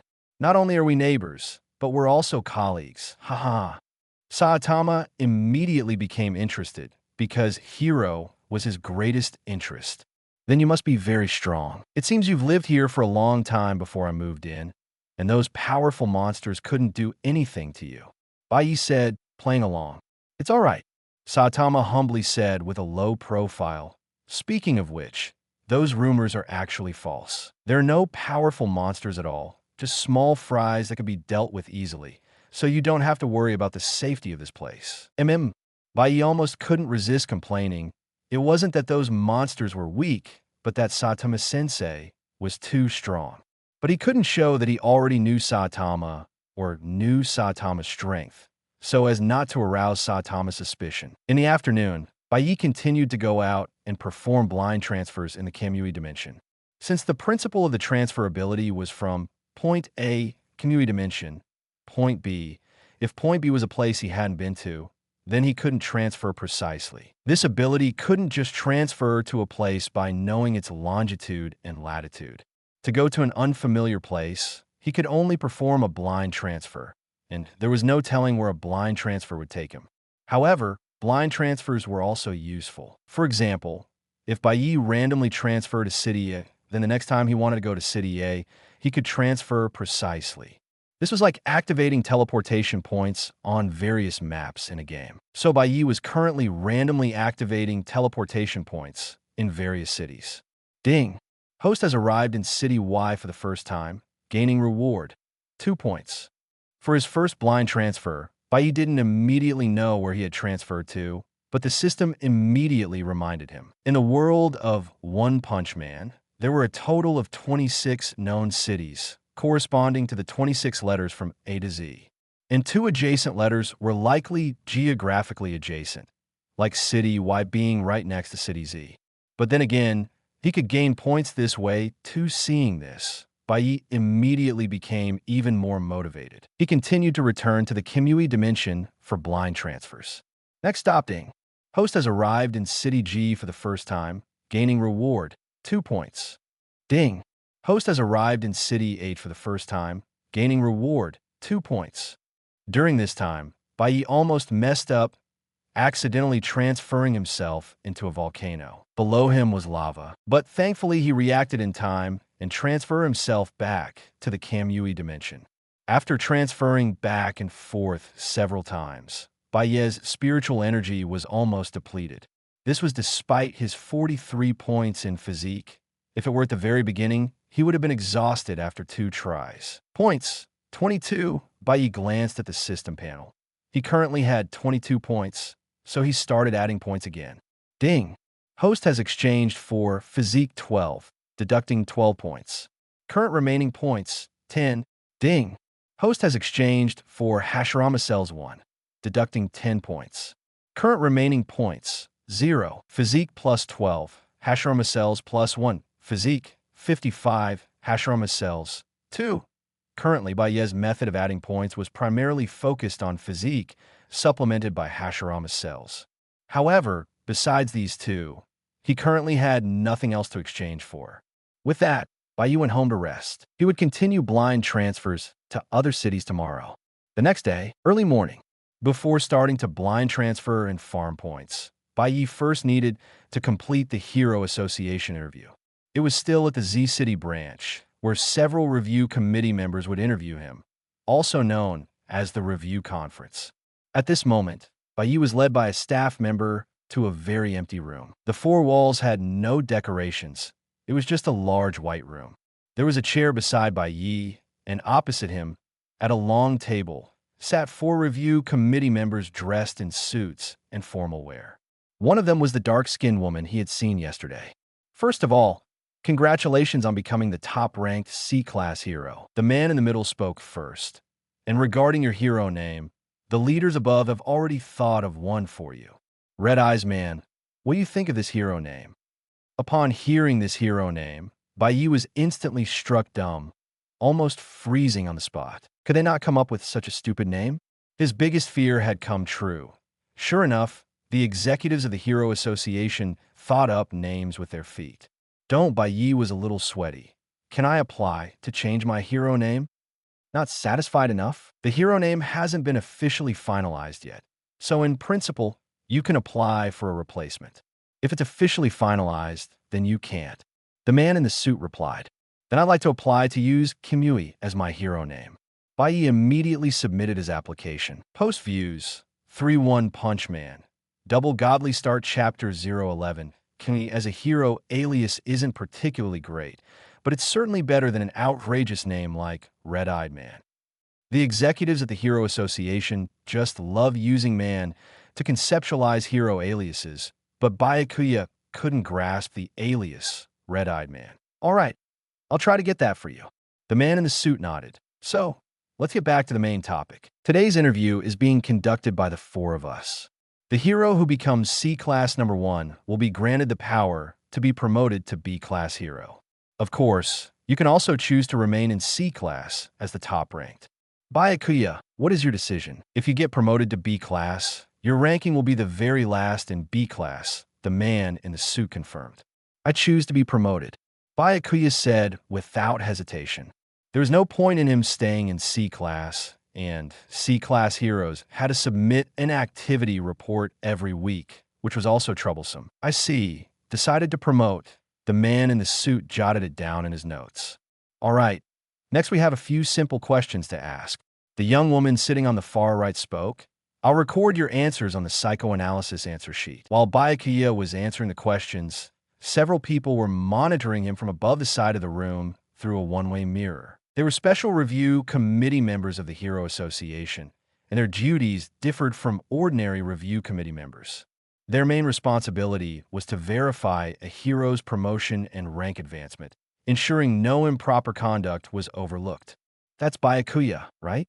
What are your thoughts about the rumors of him cheating in the previous physical and stamina tests? His results were quite ordinary. We don't know how he managed such a significant leap in just a few days. It's also possible he wasn't using his full strength during the test, though his motive for hiding his strength is also suspicious. At this point, there's no clear evidence. Mere suspicion is useless anyway. Since he's already chosen to be promoted, let's observe him for a while. If he truly has the ability, he'll be able to establish himself in B-Class. Otherwise, he'll regret it himself. Don't underestimate the fierce competition in B-Class. These special review committee members were secretly discussing Bai Ye. Bai Ye, of course, knew he was being monitored by the review committee, but he didn't care at all. I've already contacted the consultant. Should I connect directly now? The special review committee members were in an office, and their liaison behind them was contacting the consultant. MHM. Under the instruction of the special review committee, the connection was successfully established. Hello, I'm still busy right now. Please keep it brief. Appearing on the big screen was a handsome young man with striking features, golden pupils, and blue hair. It was none other than the A-Class Rank 1 hero, Sweet Mask. Thank you for your continued trouble. Regarding the C-Class number 1's application for B-Class promotion, as per custom, please give your final judgment, Mr. Sweet Mask. The special review committee member spoke. Promoting to B-Class, can't you just decide such things yourselves? C-Class, B-Class, whatever, it doesn't matter. Sweet Mask had an indifferent attitude. That's true, but this is a system decided by the board of directors. To ensure the association receives public support, we asked Mr. Sweet Mask to serve as a consultant. The special review committee member explained with some difficulty. He didn't want to offend Sweet Mask, but he also couldn't violate the rules set by the board of directors. Only A-Class heroes and above require my opinion. Heroes of that level have a great impact on society, and if heroes of my same level behave improperly, it would affect me too. But B-Class Sweet Mass was about to make another sharp comment about B-Class and C-Class, but then thought better of it. Never mind, I'll just take a quick look. Currently being interviewed is Bai Ye, the C-Class #1 hero, who currently has no hero alias. The special review committee member immediately began the introduction and switched the screen to Bai Ye. His eyes look a bit peculiar, but that's all. As long as there are no scandalous rumors, let him be promoted. Sweet Mask casually gave his final judgment, then hung up the call to continue with his own business. After a whole morning, Bai Ye's promotion was finally complete. He held a piece of paper in his hand, an approval of promotion, which meant the Hero Association had permitted him to be promoted to B-Class Hero. He was temporarily ranked last in B-Class, at position 101. Ding! Host has been promoted to B-Class Hero, obtaining rewards, 10 points, Flying Thunder God Technique. Flying Thunder God Technique? Hearing the system prompt, Bai Ye was slightly surprised. He had originally thought that he would only gain points by getting promoted in the Hero Association, but he unexpectedly received an additional pleasant surprise. The S-rank Spacetime Ninjutsu, Flying Thunder God Technique. Also a Spacetime Ninjutsu. The Flying Thunder God Technique somewhat overlapped with Double Kamui, but each had its own unique features. Although Double Kamui's abilities were more versatile, it didn't mean that the Flying Thunder God Technique was completely useless on Bai Ye. Back home, Bai Ye started preparing lunch, and Saitama came over to freeload as usual during his lunch break. Bai Ye began to study the Flying Thunder God Technique. The system had granted him direct mastery of the Flying Thunder God Technique, without the need for a learning process. Now, if he wished, he could leave a Flying Thunder God formula, or chakra mark, on any person or object. However, Bai Ye did not have chakra in his body, so the Flying Thunder God Technique had been modified by the system, with the chakra mark becoming a mental energy mark. With the mark placed, Bai Ye could instantly move to the marked location using the Flying Thunder God Technique. In principle, this form of instant movement was faster than Double Kamui's transferability, as Double Kamui's transfer process required passing through the transit station of the Kamui dimension, while Flying Thunder God had no such transit process. Originally, Double Kamui's most overpowered abilities weren't its transfer capabilities, but rather its intangibility that ignored all physical attacks, and its long-range strangulation that ignored all physical defenses. Therefore, Double Kamui and Flying Thunder God Technique did not conflict for Bai Ye. Of course, this was only limited to ultra-long distance teleportation. For instant movement within the line of sight, it was hard to say whether Double Kamui or Flying Thunder God Technique was faster, because Double Kamui could open more than one spatial portal at a time. For example, while absorbing himself with his right eye, he could open a portal in the distance with his left eye, thus achieving seamless instant movement. And Double Kamui's transferability was also faster than Single-Eye Kamui, however. Bai Ye still felt like something was missing, so he decided to open the point store and immediately noticed that it had changed. Constitution, Hashirama Cells, Red Knight Blade. 4th Hokage's Kunai, Rasengan One Punch Man. Double Godly Star Chapter 012 is expected. New items have been added to the point store, and there were 2 of them. Clearly, these were all effects caused by the Flying Thunder God Jutsu. The Kunai, Rasengan, and Flying Thunder God Jutsu could all be combined to develop new techniques. For example, Flying Thunder God Slash, Flying Thunder God Second Step, and Flash Super Round Dance Howl, 3 styles. Only the Flying Thunder God Mutual Instantaneous Rotation Jutsu was something Bai Ye couldn't do, as it was a technique simultaneously unleashed by Tobirama and Minato, requiring 2 people who had mastered the Flying Thunder God Jutsu and cooperated perfectly. Item details: 4th Hokage Minato Namake's signature kunai can be marked with the Flying Thunder God formula, can be exchanged repeatedly. Price: 1 points per unit. Item details: a rank ninjutsu Rasengan, originally named Spiral Ball of Light Wheel Ice Pop, initiated by Jiraiya Twin Styles, condenses spiritual power in the hand and continuously compresses it, ultimately forming a sphere with immense destructive power, similar in principle to the Tailed Beast Bomb. Derivative techniques need to be developed independently. Price: 50. Bai Ye checked the details of these two new items. He felt that the fourth Hokage's kunai was fine, but the Rasengan was a bit expensive. He currently only had 10 points, so he wouldn't buy anything for now.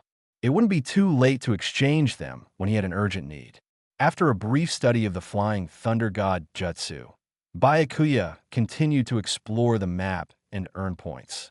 Ding! Host has arrived in City A for the first time. Rewarded 2 points. Ding! Host has arrived in City F for the first time. Rewarded 2 points. Bai Ye unlocked more and more cities, but since it was a blind transfer, accidents were bound to happen.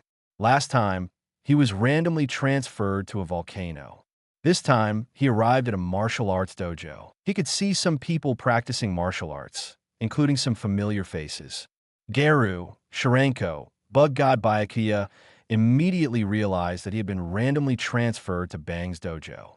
He turned his head and, sure enough, saw a white-haired old man with his hands clasped behind his back, slightly hunched but powerfully built. It was none other than Bang, the S-Class Rank 3 hero, Silver Fawn.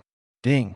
Host has arrived at Bang's dojo for the first time. Rewarded 2 points. Where did you come from? Seeing the blood-eyed young man suddenly appear out of thin air, Bang's expression changed to one of surprise.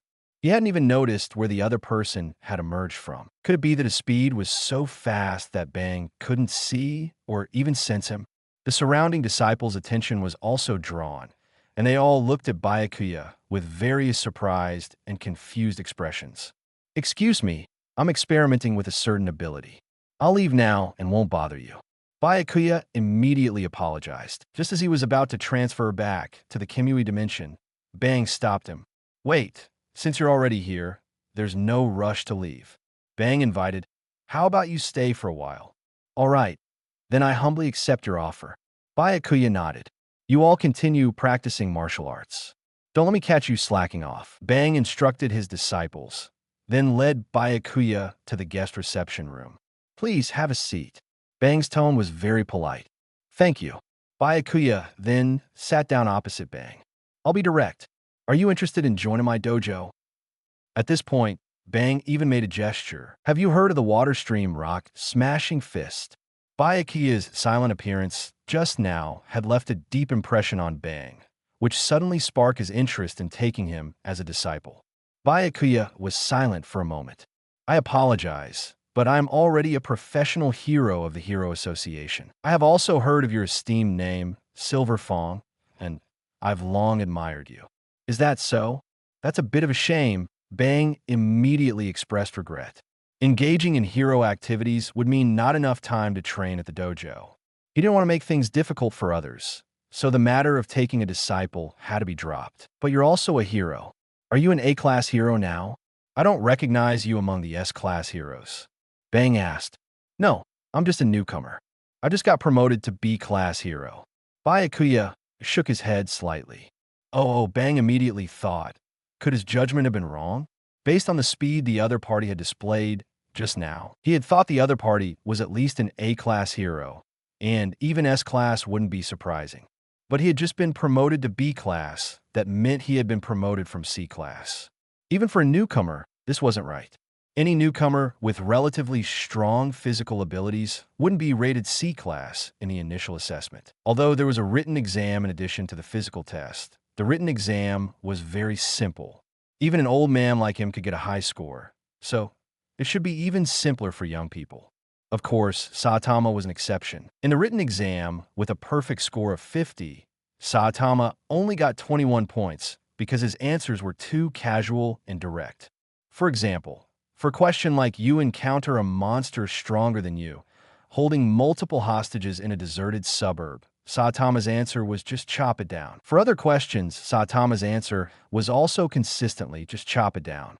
For Saitama personally, facing those seemingly difficult situations indeed meant just chopping down the monster, but the standard answer would definitely be from a normal person's perspective. That's why Bang felt something was off. Normal people could get high scores in the written exam.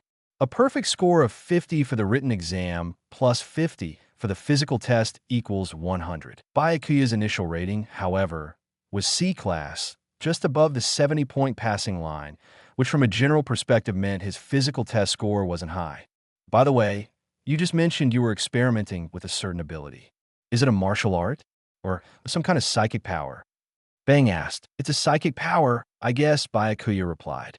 In fact, the double Mangekyō Sharingan was neither a psychic power nor a martial art. But in the world of One Punch Man, it could only be, barely, explained as a psychic power. I see. Bang nodded. Now he understood. The blood-eyed young man in front of him must only be skilled in psychic abilities, while his physical abilities were average, which was why his initial rating score wasn't high. If that was the case, then he needed his water stream rock smashing fist to strengthen his body even more. Ahem, Bang coughed and said directly, although you are already a professional hero, if you're interested, you can still come to my dojo in your free time. I will teach you a very powerful martial art, the water stream rock smashing fist. Thank you for your kindness, Mr. Bang. I will consider it. Bai Ye smiled and politely declined. It wasn't that he looked down on the water stream rock smashing fist, but he simply wasn't interested. His true interest lay in developing abilities like the Sharingan, Hashirama Cells, Flying Thunder God Jutsu, and Rasengan, such as the Rinnegan, Susu, and the Wood Golem post-views. 3-1 Punch Man. Double Godly, Star Chapter 013. Alright. Bang didn't force the issue. By the way, what's your hero name? I don't have a hero name yet. The higher-ups haven't decided. It might be Kamui for now. Bai Ye replied. You could just call me Bai Ye. He wasn't about to embarrass himself by mentioning the ridiculous name, Red-Eyed Man. Oh, alright, I'll call you Bai Ye then. Bang said, my name is Bang. You don't need to call me Silver Fong. Understood, Mr. Bang. Bai Ye nodded. Afterward, Bai Ye and Bang chatted over tea for a while, and then it was almost time to leave. Mr. Bang, I need to continue experimenting with my abilities, so I'll be leaving now, Bai Ye stated directly. All right, take care. Bang nodded slightly. The next moment, Bai Ye, without hesitation, demonstrated his dual Kamui transfer ability in front of Bang. 1 second, Bai Ye was sitting in the chair. The next, he vanished without a trace. Bang only felt Bai Ye disappear in the blink of an eye, observing only a very subtle detail, a faint ripple of spatial distortion as Bai Ye left. And this subtle ripple was fleeting. Bang, being an S-class hero ranked first, could barely detect it. If it were an ordinary person, they wouldn't have noticed at all. This ability is truly incredible. If his physical fitness can also improve, becoming an S-class hero will probably be just around the corner. Bang exclaimed at this moment. On the other side, to make himself more durable, Bai Ye added points to his physique attribute. Ding! Host has redeemed Physique 20, deducting points 20. Current remaining points, 0. Physique plus 20. Physique, 75. Bai Ye's physique reached 75, and he continued to unlock more cities. Ding! Host has arrived in City E for the first time, receiving reward, 2 points. Ding! Host has arrived in City X for the first time, receiving reward, 2 points. Bai Ye was busy all afternoon, unlocking several cities he hadn't visited before. As he unlocked more and more cities, the probability of reaching an unvisited city through blind transfer became lower and lower. There are less than 10 unlocked cities left. I'll let nature take its course from now on. There's no need to deliberately blind transfer to gamble on probability anymore, Bai Ye thought to himself. Next, Bai Ye constantly monitored the announcements from the Hero Association on his phone. Once a monster appeared in a city, as long as it was a city he had visited, he could arrive immediately. A monster has been discovered in the outskirts of City Y, preliminarily classified as a Tiger-level disaster. Heroes in the vicinity are requested to proceed with extermination as soon as possible. After patrolling the streets of City Z for half a day, Bai Ye's phone finally stirred. The frequency of Hero Association announcements was still a bit low, because many monsters were defeated by nearby heroes as soon as they appeared. Only monsters that hadn't been defeated and were reported by the public to the Hero Association would trigger an announcement. City Y was a city Bai Ye had visited, so he immediately used Kamui space transfer to go there. At this moment, the Hero Association sent the exact location of the monster. Bai Ye rushed to the location, continuously opening spatial portals within his line of sight to achieve instantaneous movement over extreme distances within his visual range. Thus, he arrived at the scene in just a few movements. At the same time, other heroes who were already close by also arrived. Judging by their aura and momentum, they seem to be C-class and B-class heroes. Tiger-level monsters usually correspond to 5 B-class heroes or 1 A-class hero, and the 3 heroes present were struggling greatly in their fight.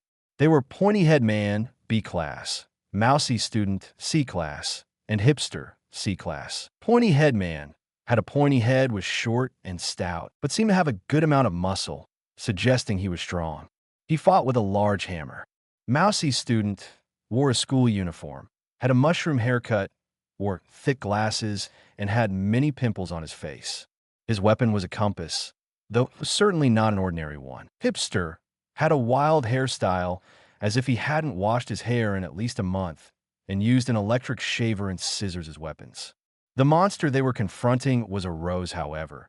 It was a canine animal whose head had transformed into a giant rose, with the rest of its body being entirely black. And its head wasn't as vibrant and beautiful as a normal rose.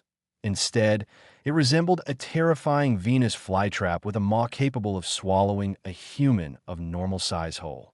Let's go together.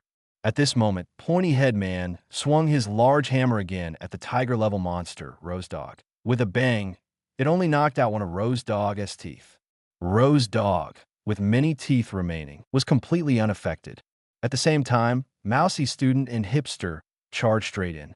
They had expected Pointy Head Man to at least cause a brief stun effect on the monster, but Rose Dog opened its mouth and swallowed both of them. However, because it swallowed 2 people simultaneously, Mousy Student and Hipster immediately got stuck in Rose Dog's throat.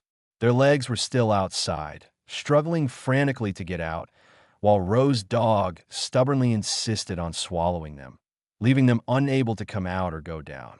Don't be afraid. I'll save you. Taking advantage of Rose Dog's rigidity, Pointy Head Man swung his large hammer and struck Rose Dog's head.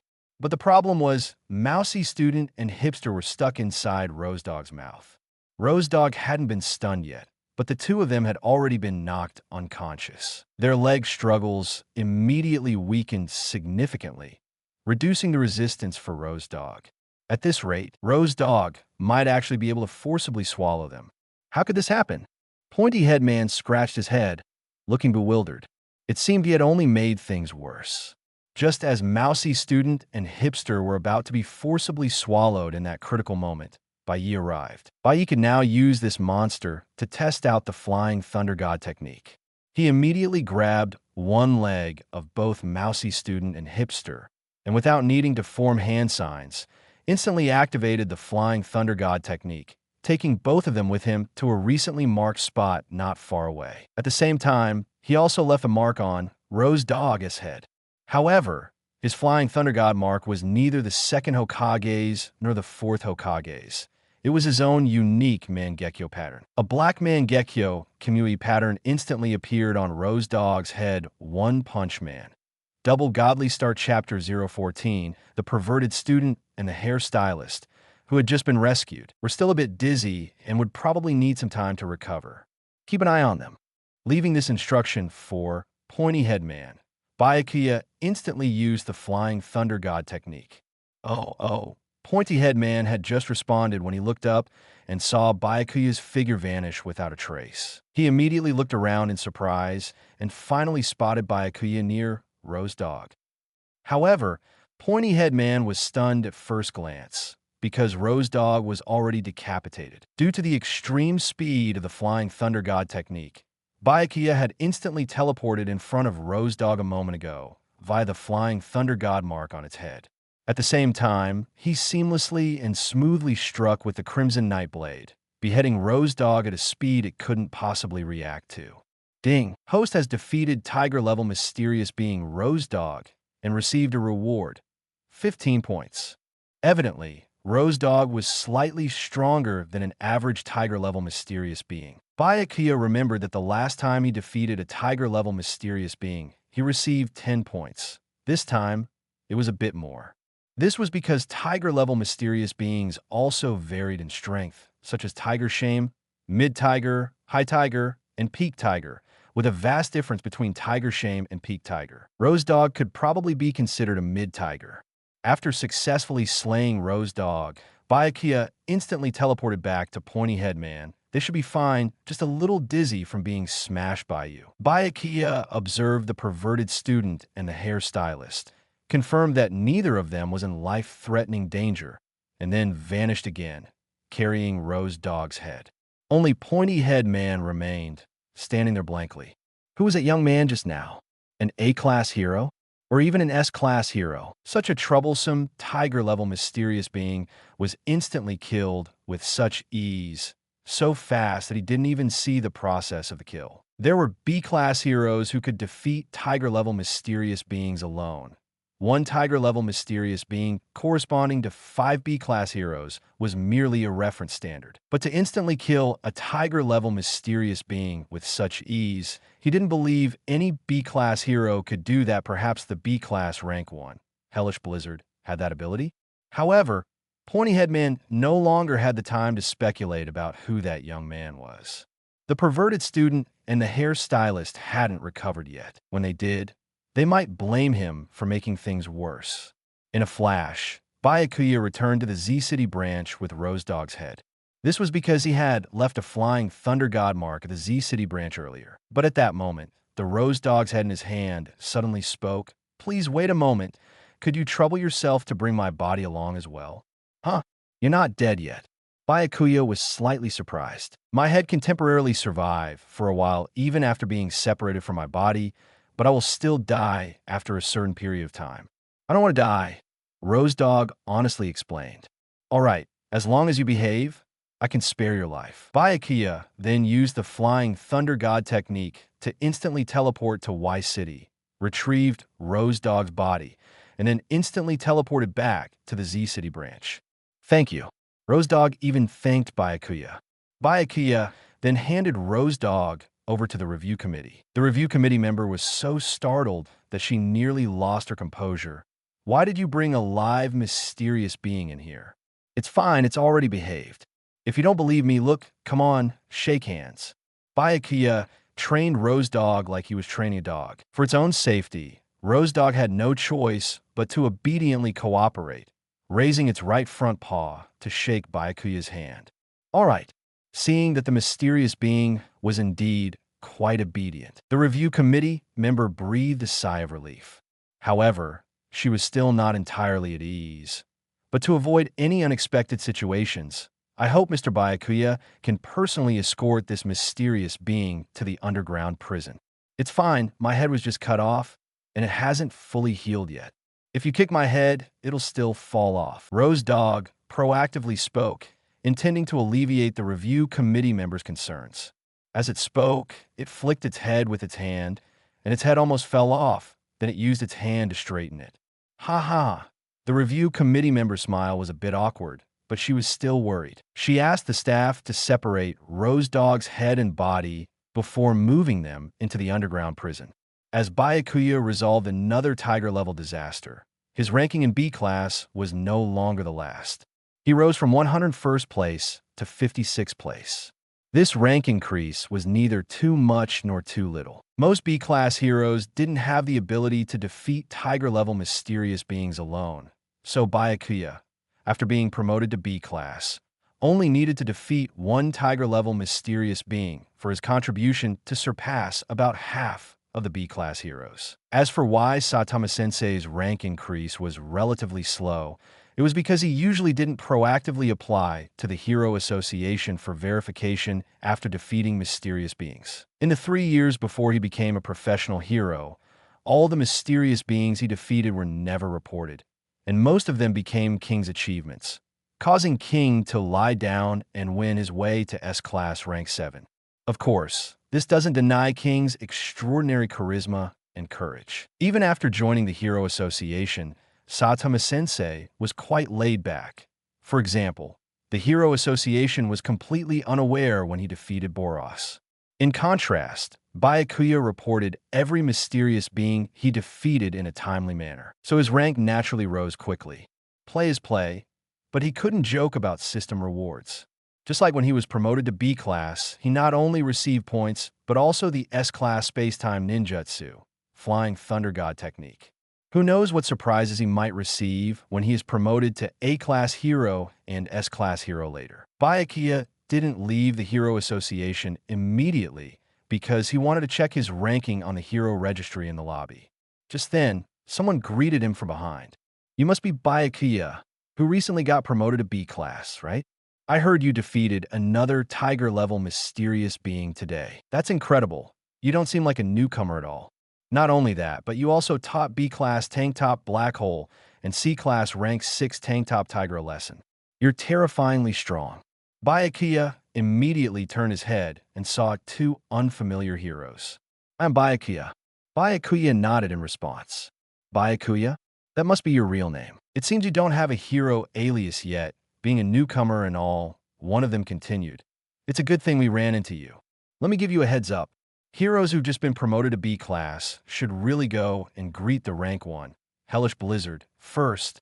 Otherwise, that woman might target you." Post views. 3-1 Punch Man. Double Godly Star Chapter 015. Fubuki of Hell, is there something about this woman you're talking about? Bai Ye asked expressionlessly.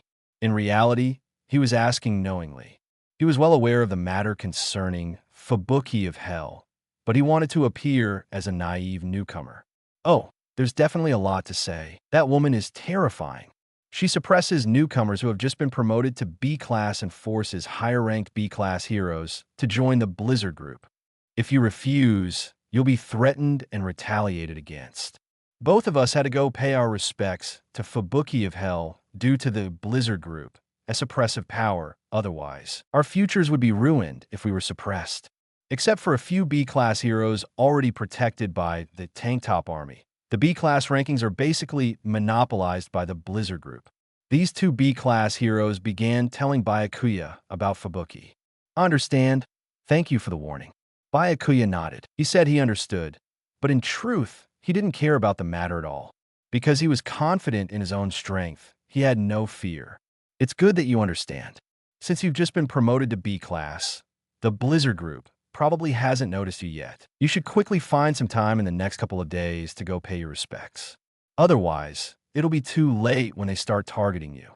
The other person was still trying to persuade Bai Ye. However, Bai Ye never took the Blizzard group matter to heart. "All right, I'll head back now."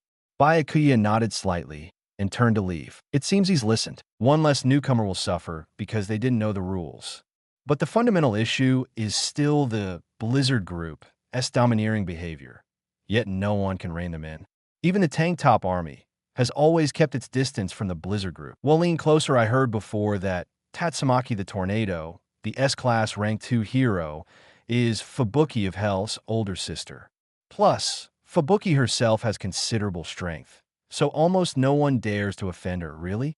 She has such a connection with Tatsumaki the Tornado. No wonder. They discussed for a while, then subconsciously turned their heads to look, only to find that Bai Ye had already disappeared. He left so fast, gone in the blink of an eye. At the same time, Bai Ye had already instantly teleported home. If it was simply a matter of traveling, and he had already marked the location with a Flying Thunder God seal, he still preferred the Flying Thunder God technique. Because its side effects were lower than double Kamui, only consuming his mental energy. Tonight, Saitama still came to Bai Ye's house for dinner, as usual. While eating, the two talked about heroes again. Although I became a hero out of interest, I always feel like something isn't quite right. Saitama had vaguely sensed it for a long time, but as he said, he only treated hero as a hobby, so he didn't pay too much attention to it. But as time went on, he inevitably became a little more concerned. Something isn't right? Do you feel your salary is too low?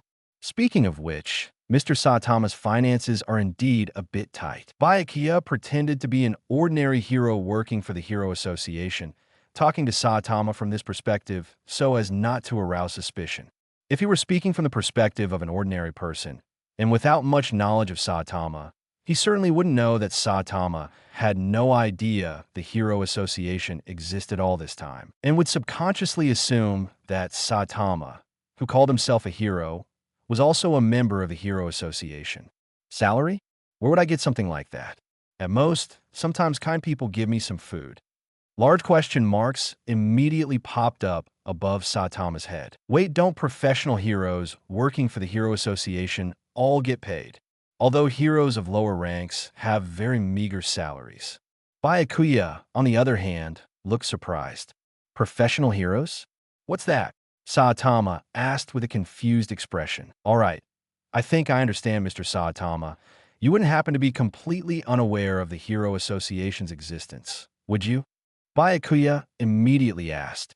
Upon hearing this, Saitama was silent for a moment, completely unaware. About 3 years ago, a man who called himself a hero saved the grandson of the wealthy Agoni from a monster. To thank that unknown hero, Agoni personally funded the establishment of the Hero Association, and many of its systems were his initial ideas. Bai Ye briefly explained the origin of the Hero Association. Saitama nodded, though he completely failed to realize that the unknown hero was actually himself. So, Bai Ye, you're already a professional hero with the Hero Association? Yes, I'm already registered in the Hero Registry. It's an official status recognized by the Hero Association with a basic salary, and I can also receive corresponding rewards based on my contributions. Bai Ye continued to explain. Besides that, there are also power rankings, popularity rankings, and other lists. Even popular heroes often have their own fan clubs. Furthermore, what society refers to as heroes now are generally professional heroes, meaning they must be registered in the Hero Registry. Conversely, if you just casually call yourself a hero, you're likely to be seen as a fool spouting nonsense. So, Mr. Saitama, you Bai Ye had made it quite clear. At this moment, Saitama had a dark expression. Listening to Bai Ye, he finally realized what he felt was wrong. It was that his fame was too low. No one knew him. Now he understood that he needed to register in the Hero Registry at the Hero Association to gain fame. As for salary, he didn't care about it. His concept of money had always been just enough to maintain daily life, and he could occasionally work part-time when he was short on cash, so he was quite laid back normally. Of course, if someone was willing to give him money, he wouldn't refuse. Bai Ye, let's go to the Hero Association together tomorrow. At this, Saitama spoke with a serious expression, requesting. The reason was simple.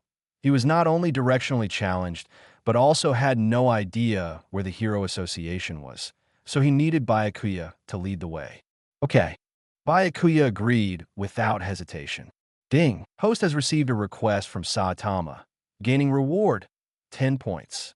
Hearing the system grant another reward, Bai Ye was not surprised. The system had previously said that interacting with main characters would also trigger point rewards, which was one of the reasons he was happy to get along well with Saitama and Bang. Another reason was that he had a good impression of Saitama, Bang, and Human Rider. Post-views, 3-1 Punch Man. Double Godly start Chapter 016 the next day. Both Bai Ye and Saitama woke up early. They had agreed to go to the Hero Certification Exam venue this morning. The Hero Association Z branch was not in the same place as the exam venue, so those who wished to participate in the exam had to specifically come to this examination site. Bai Ye and Saitama naturally walked there. Saitama was too lazy to fly directly, and Bai Ye didn't want to show off his double Kamui or flying Thunder God Jutsu in front of Saitama. Walking halfway, Bai Ye explained the exam rules to Saitama. The Hero Certification Exam has 2 parts, a written test and a physical test. If you score more than 70 points out of 100, you could become a professional hero. So, as long as I get 70 points, that's enough, right? Saitama nodded. That's enough, but the higher the score, the better, because professional heroes also have divided into C class, B class, A class, and S class, with S class being the highest and C class the lowest. Bai Ye explained, for example, if you score 100 points on this exam, you can directly become an S-class hero. Compared to a C-class hero with 70 points, you'll definitely receive more public attention and immediately become famous. Oh, I'll try to score higher then. Saitama looked casual, as if he thought scoring high wouldn't be difficult. Although he didn't pursue being a C-class or S-class hero, his purpose in coming here was to increase his fame. According to Bai Ye, the higher the initial rank set by the exam, the better, so he planned to try for a high score. There's nothing much to say about the physical test, but the written test is worth paying attention to. Bai Ye reminded him, "Let me give you an example question. For instance, you encounter a monster stronger than you on a busy street. What do you think you should do in this situation?" The written test questions were not repeated each time, so this wasn't cheating for Saitama at all. But then again, the written test questions given by the Hero Association were truly simple. Even if the questions weren't repeated, the question types were basically the same. Genos also said that it was normal to get a perfect score on those written tests. Only teacher Saitama could score only 21 points on such a written test among them. Sense of justice only accounted for 1 point, and the remaining 20 points were probably base points, as the answer, just chop it off, couldn't be said to be completely wrong. Just chop it off. Saitama smiled with a natural blank expression, answering decisively. Bai Ye immediately fell silent, thinking that Saitama would indeed answer that way. "How is it? Is that the correct answer?"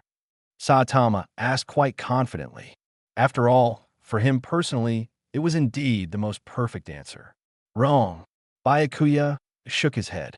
"Huh? Then what's the correct answer?" Saitama immediately looked confused. "Let's put it this way, Mr. Saitama. Your personal strength might be very strong, but you have to consider that this exam is for the general public. Not everyone can be strong, right?" Bai Ye patiently explained. "So, you need to think about this problem from the perspective of the weak." The perspective of the weak, this stumped Saitama a bit. However, he wasn't always this strong. In his student days, he was also bullied. He was very weak back then. It was precisely because he was weak that he later thought about becoming stronger. Then he went bald, and also became invincible, recalling his past self as a weak person. Saitama carefully considered how to answer this question. If it's from a perspective of the weak, then I should try to stall that powerful monster and buy time for the ordinary people around to evacuate, right? Saitama's tone was uncertain, and his face changed to a very serious art style, indicating that he was seriously thinking about the problem. "Now that's right." Bai Ye nodded. "Oh, so. It's actually quite simple. It just requires a bit of roundabout thinking." Saitama returned to his natural blank expression. "Never mind, as long as I can get a high score, I'll just do the questions in this roundabout way." "That's fine. Then there shouldn't be any major problems." Bai Ye said. Teacher Saitama's physical test would be 100% perfect, and then it would depend on how he performed in the written test. Hero Certification Exam, Special Venue Number 6. This was the exam site in Z City. At this moment, Saitama had entered the examination room. There were many people around him who were also taking the Hero Certification exam today, and all sorts of strange costumes could be seen. As Bai Ye was already registered in the hero roster, he also had the right to watch the exam from the stands, but he was certainly not allowed to interfere with the exam. The written test section began first, with only a few questions, and Saitama treated them very seriously. Because Bai Ye had reminded him in advance, he answered all the questions using the roundabout thinking of a weak person, instead of his one-punch kill mindset. As long as he thought this way, then the questions in the written test section were basically free points. The written test section ended, and next was the physical test section. Next item, side-to-side hops for 30 seconds. Start. At this moment, Saitama's face once again became a serious art style, performing side-to-side hops. However, it wasn't the serious series of side-to-side hops. Even so, he leaped out multiple afterimages, moving so fast that the other test takers waiting in line behind him dropped their jaws in shock. Next item, 1,500-meter long-distance run. Next item, weightlifting. Next item, standing high jump. Saitama easily passed every test item. For example, he broke the record for the 1,500-meter long-distance run at that venue, lifted weights to the maximum capacity the bar could withstand, and his head directly broke through the ceiling during the standing high jump. Moreover, Saitama treated the entire process like a game. There was nothing that could make him serious. At this time, Everyone else present was drenched in sweat. In comparison, they felt their performance was embarrassing, and some even wanted to give up the exam directly. Only Byakuya's expression remained calm throughout. After the exam, Byakuya and Saitama met in the lounge. During the physical test, Saitama was only wearing his underwear, but now he had put on his clothes. It seems we can get our results on the spot in an hour. Let's wait here for a bit, Saitama said. How do you feel? Byakuya asked. Too easy.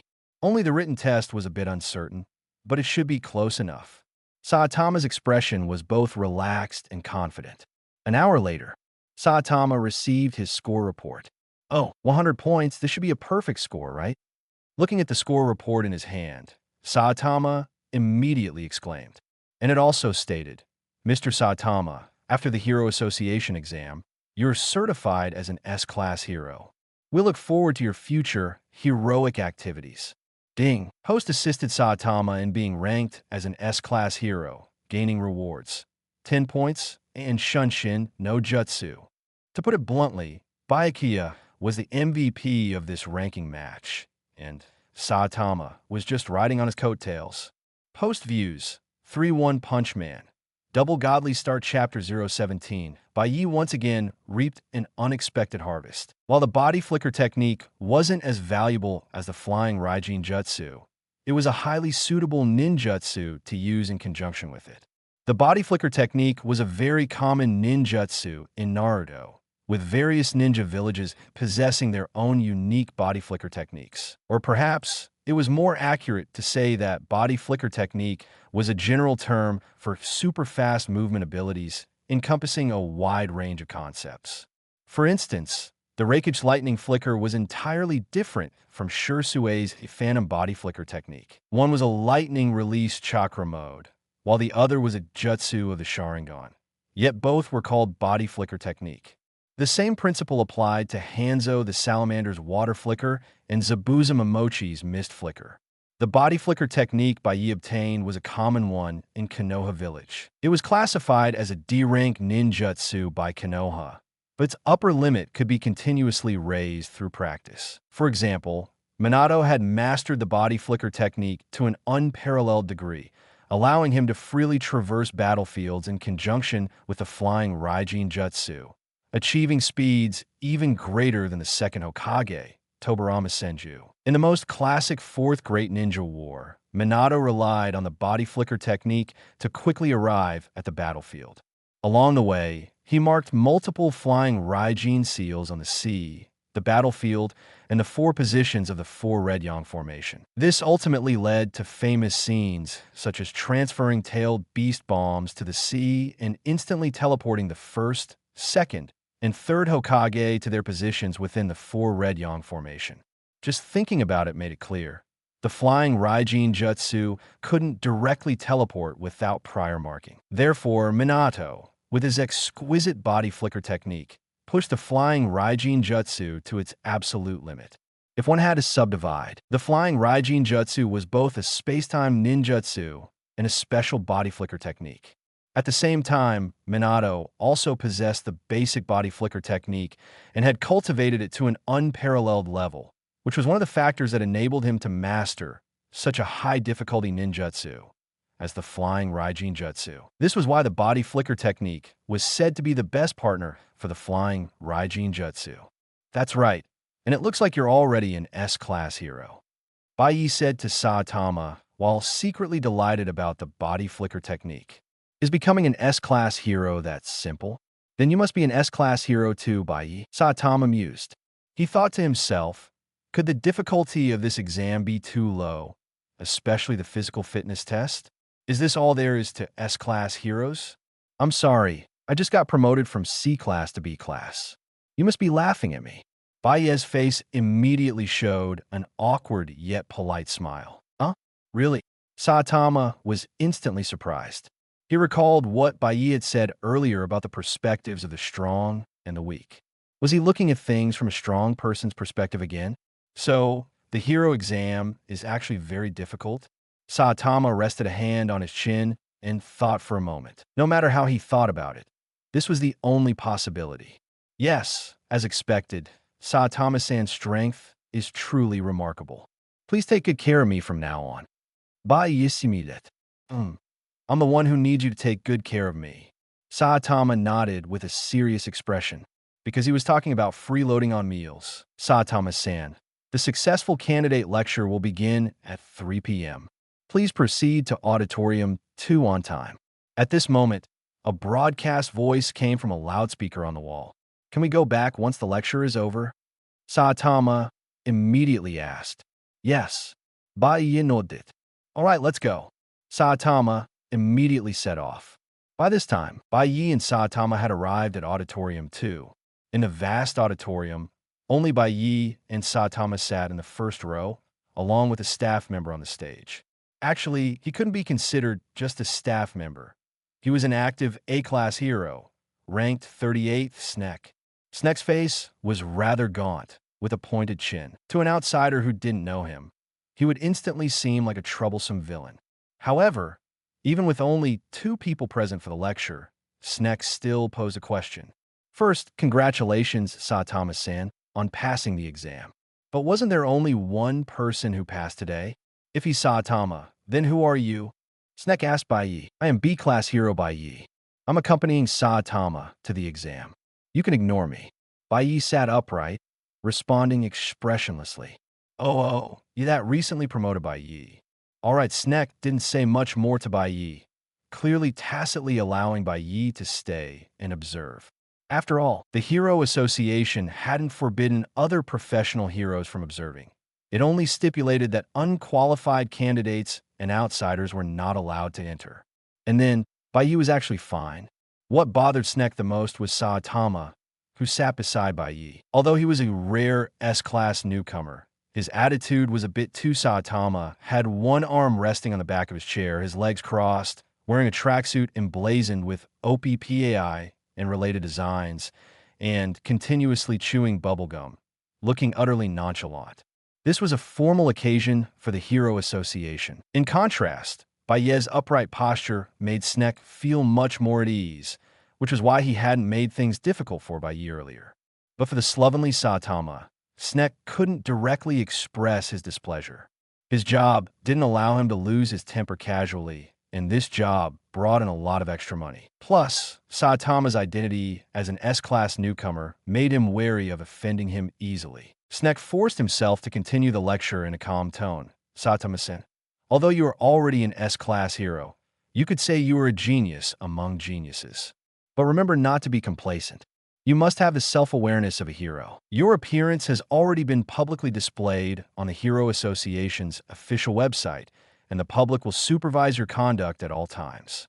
However, Saitama's expression remained unchanged, and his posture didn't shift in the slightest, as if he hadn't taken any of Snek's words to heart. He even leisurely blew a bubble with the bubblegum in his mouth. Snek's face instantly darkened, but he still forcefully suppressed his anger. I hope you aim to become a hero of excellent character. No sooner had Snek finished speaking than Saitama's bubble popped, splattering all over his face. Pissed, watching this scene, Snek was completely exasperated. He couldn't get angry, and as an A-class hero, he couldn't retaliate against an S-class Saitama. He could only finish the lecture while seething with suppressed fury. One Punch Man, Double Godly Start Chapter 018. The boring lecture is finally over. Saitama walked home with his hands in his pockets. At this moment, Byakuya opened his phone and searched on the Hero Association's official website. Saitama's information was already visible on the hero roster. The last S-class hero and the 17th. Byakuya then scrolled down and found himself at 56th place on the B-class ranking. He wanted to see if the executives had finalized his hero alias. B-class number 56. Kamui Byakuya immediately breathed a sigh of relief. Fortunately, the executives had finally adopted his suggestion. Otherwise, if they had really given him Red-Eyed Man, he would have considered resigning on the spot. My hero alias has been decided. Soon, Saitama-sensei will also have his own hero alias. At this moment, Byakuya said to Saitama, Hero alias? What's that about? Saitama immediately asked. It's your unique hero name, usually named after each hero's characteristics. Bai Ye explained, for example, my originally pending hero name was Red-Eyed Man. As he spoke, he pointed to his Sharingan. The executives of the Hero Association must have come up with that hero alias based on his eyes. Why do you say originally pending? Saitama asked curiously. Because I applied to my superiors to change my hero alias, and they eventually adopted my suggestion. My confirmed hero alias now is Kamui. Bai Ye briefly explained the situation. Saitama nodded. So, my hero alias would be Cape Baldy? Bai Ye was silent for a moment. Very likely. That's too ugly. If it really is that, can I also apply for a change? Although the hero alias, Cape Baldy, perfectly matched Saitama's image, he was quite sensitive and troubled by the word Baldy, so he definitely wouldn't want to accept that alias. Later, Saitama-sensei actually joined the Hero Name Victims Association. Because of this hero alias, protesting with others in front of the Hero Association headquarters with loudspeakers, demanding an apology from the Hero Association. This clearly shows how much he disliked that alias. You could try then. I'm not entirely sure about that. Bai Ye gave a slightly awkward smile. When the time comes, Saitama-sensei's hero alias will likely be Caped Baldy again. As for why he was able to successfully apply for a change, there was probably some luck involved. When he was promoted to B-class hero, his hero alias hadn't been officially finalized yet. Red-Eyed Man was probably just one of the hero aliases the executives had conceived. Coincidentally, while they were still hesitating, Bai Ye offered his suggestion, and those lazy executives simply used his proposal to finalize his alias. Most of the Hero Association's executives are like this. The management has significant problems. Not only are they undeserving of their positions, they lack competence, and they've even committed many evil deeds. Forget it. We'll see when the time comes. At this moment, Saitama just wanted to go home, lie down, and read manga, too lazy to think about these things. During his free time, Bai Ye decided to try out the body flicker technique. After receiving the reward from the system, Bai Ye had directly mastered the body flicker technique without needing a learning process. However, practice was still necessary. Otherwise, the basic body flicker technique, which almost everyone in Naruto knew, wouldn't be of much help to him. Following the usage method provided by the system in his mind, Bai Ye focused his spiritual power, activating his body with it to achieve high-speed movement. Originally, it used chakra, but the system had modified it into spiritual power. Bai Ye tried it, and in a single thought, he instantly moved several meters forward. The speed is indeed fast, but it's not enough. Feeling his speed just now, Bai Ye murmured. He quickly understood that there were two factors affecting the upper limit of the body flicker technique.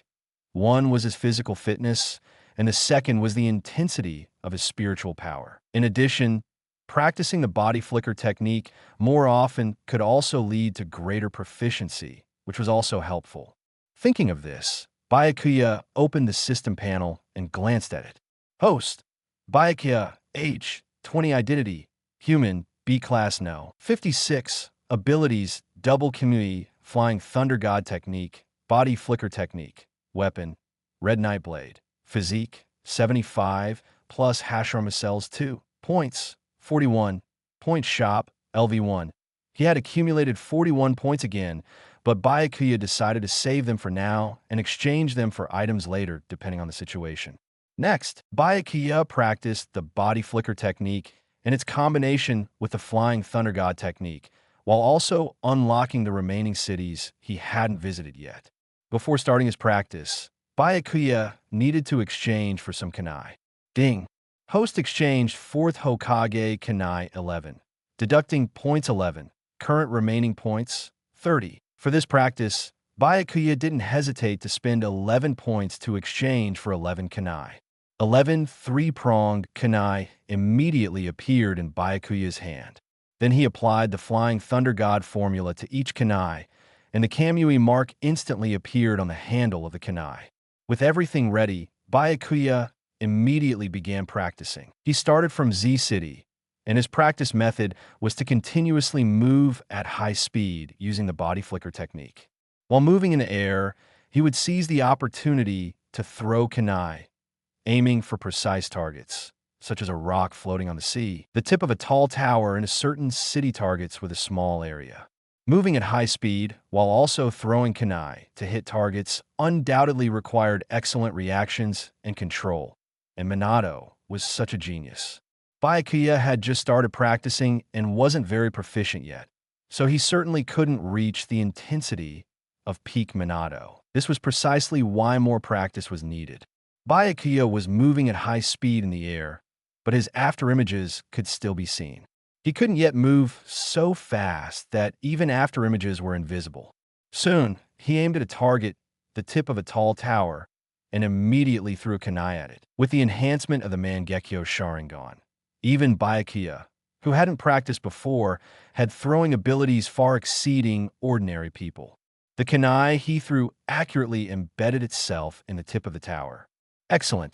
Bai Ye was secretly pleased. Before long, Bai Ye arrived in W City. Ding! Host has arrived in W City for the first time, receiving reward, 2 points. The next moment, the high-speed moving Bai Ye suddenly used the Flying Thunder God technique, instantly teleporting to the tip of the tall tower he had just thrown the kunai at. He lightly stepped on the kunai embedded in the steel, standing on the very tip of the tower. One Punch Man. Double Godly Start Chapter 019. Bai Ye completed the initial practice. That's right, this was only the initial practice. Next, he was going to increase the intensity for himself. As Bai Ye once again used the Flying Thunder God technique, the kunai inserted into the side of the spire disappeared along with him. He returned to City W, kunai in hand. There were several cities left to unlock. He was going to use the body flicker technique to traverse through these cities in one go, leaving at least one kunai at a certain target in each city along the way. If the kunai failed to precisely hit all targets, Bai Ye would have to start all over again. Giving himself almost no time to rest, Bai Ye continued his practice. Ding! Host has arrived in City V for the first time, gaining reward, 2 points. Ding! Host has arrived in City U for the first time, gaining reward, 2 points. Bai Ye completed this round of high-intensity practice. All 26 cities had been unlocked by him, but there were still some areas he wasn't entirely satisfied with. That was by the time he reached the last city, he was already very fatigued, which caused the last kunai to be less precise. Although it still hit the target, it was almost off. Bai Ye was quite strict with himself and did not tolerate even a hint of error. He decided to do another round of equally intense training tomorrow. Today, since he was already close to exhaustion, he needed to go back and rest first. As for the 11 kunai scattered across various cities, Bai Ye was in no hurry to retrieve them for now. He would retrieve them one by one before training began tomorrow. Anyway, the Flying Thunder God formula he left on those kunai would never disappear. The only precedent for the Flying Thunder God formula being dispelled was by 6 Paths Abido. Returning to his doorstep, Bai Ye saw Saitama sitting in his living room, watching TV the moment he entered. Saitama's TV was out of order, and repairing it would cost money, so Saitama was temporarily watching TV at Bai Ye's house. "Oh, you're back." Seeing the lingering sweat on Bai Ye's face, Saitama immediately asked, "Did you go training? You look so tired." "Yes, I just traversed through a few cities," Bai Ye said casually. "Is that so? Sounds like fun. Can you take me with you tomorrow?" At this moment, Saitama's art style became simple, strong person, and he looked completely clueless. Staying at home all day was too boring. Although his habit was to stay at home, reading manga and watching TV, his only interest was hero activities, but there would always be times when he got tired of it. Moreover, Saitama usually found monsters through news on TV, which often left him with nothing to do for long periods. As news wouldn't report low-level monsters, Bai Ye immediately felt awkward. He realized he had been a bit careless. He should have known not to tell Saitama what he had done. Tomorrow, Saitama-sensei would probably want to battle him. "All right, you'll probably beat me so badly I won't know which way is up." Bai Ye smiled awkwardly. No, I won't." Saitama waved his hand. Early the next morning, Bai Ye first retrieved the 11 kunai he had left in various cities. Then he brought Saitama to the rooftop of their building. No more novels? Take part in the voting. The most requested novels and those with the most likes will be chosen for publication on euroaudiobooks.com. There, I can upload as much as I want without the risk of receiving a strike. Our 18 novels and other content that exceed what is morally acceptable are only published on Patreon or the free novels page. Remember, the site is funded by donations on Ko-fi and Patreon memberships.